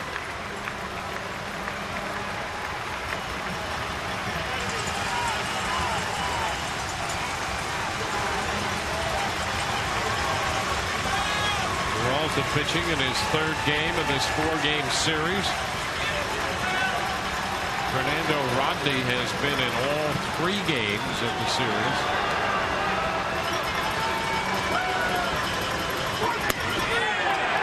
Missed the mid line. 2-1, pretty close. Yeah, he's going right to the extremes. It's going to be either right on the outside corner or just off. This one looked just off, but close. 2-1.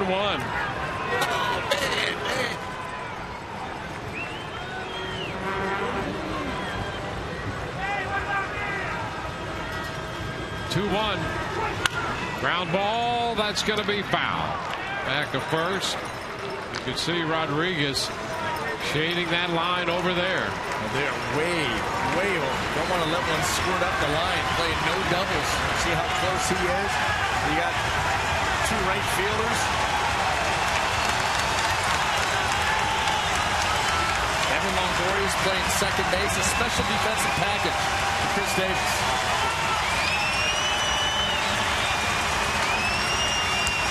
Two balls, 2 strikes. And he kind of quick pitched him there and got a little foul ball. Now, Peralta very strategic with that little move. He'll start to, he's very deliberate. How much time he takes in between pitches, his delivery as he's coming set. Sometimes as he comes up to come set, he immediately goes right into his delivery, trying to catch a guy flat-footed.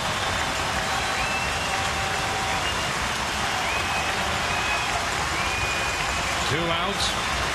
Roberts and Valencia retired. 2-2 to Davis. High foul. That ball out of play. Tried to do it again right there.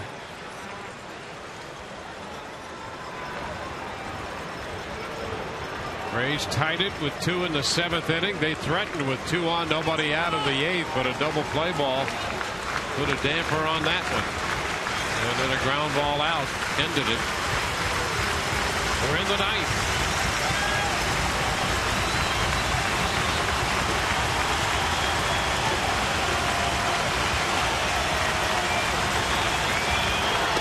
Strike 3 called. He got him.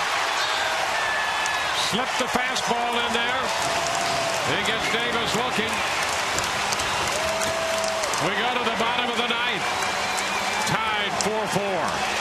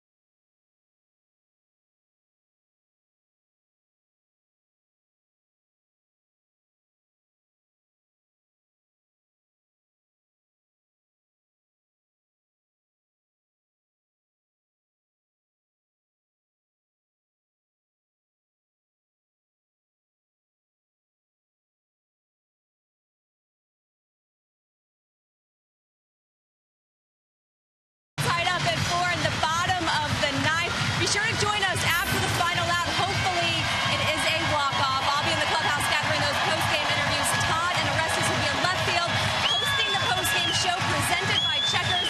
And of course, Dwayne and BA will be breaking down their favorite moments. All right, Kelly, thank you very much. Rays Live, the post game coming up upon the conclusion of this one. Tommy Hunter's still out there for Baltimore. And pinch hitting here to open the bottom of the ninth inning is James Loney. Loney not in the lineup today. Joe Madden wanted to get him off his feet for a day. He's done that until the ninth. Calls upon him to pinch hit. And he chops it foul, strike one. This is one of those instances you'd love to see James Loney just take a rip. Come off the bench. Just grind it up there. Yes. Yep.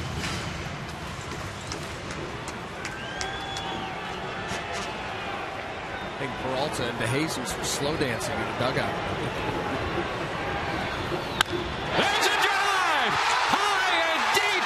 Gone! Rays win!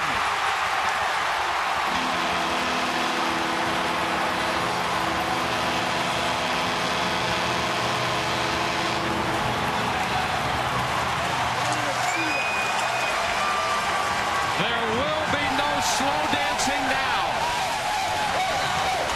Walk off for James Loney. 5-4 Tampa Bay.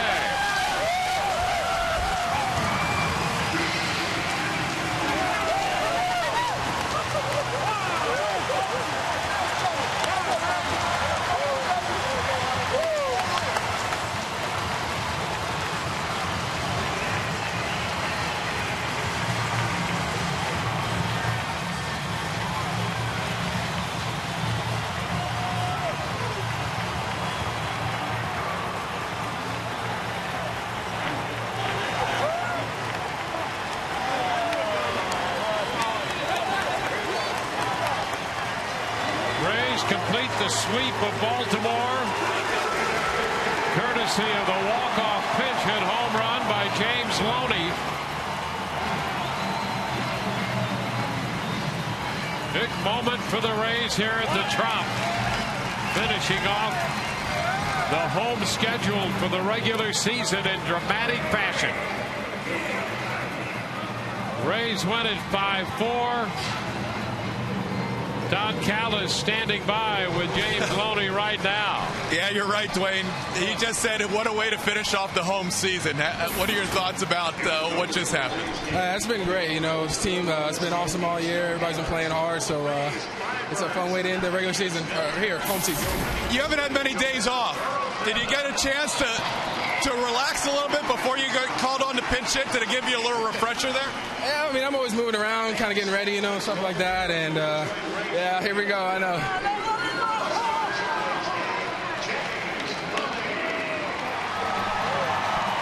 A pretty good move right there. Yeah, so, you know, I see everything. You can see it. You see everything, right?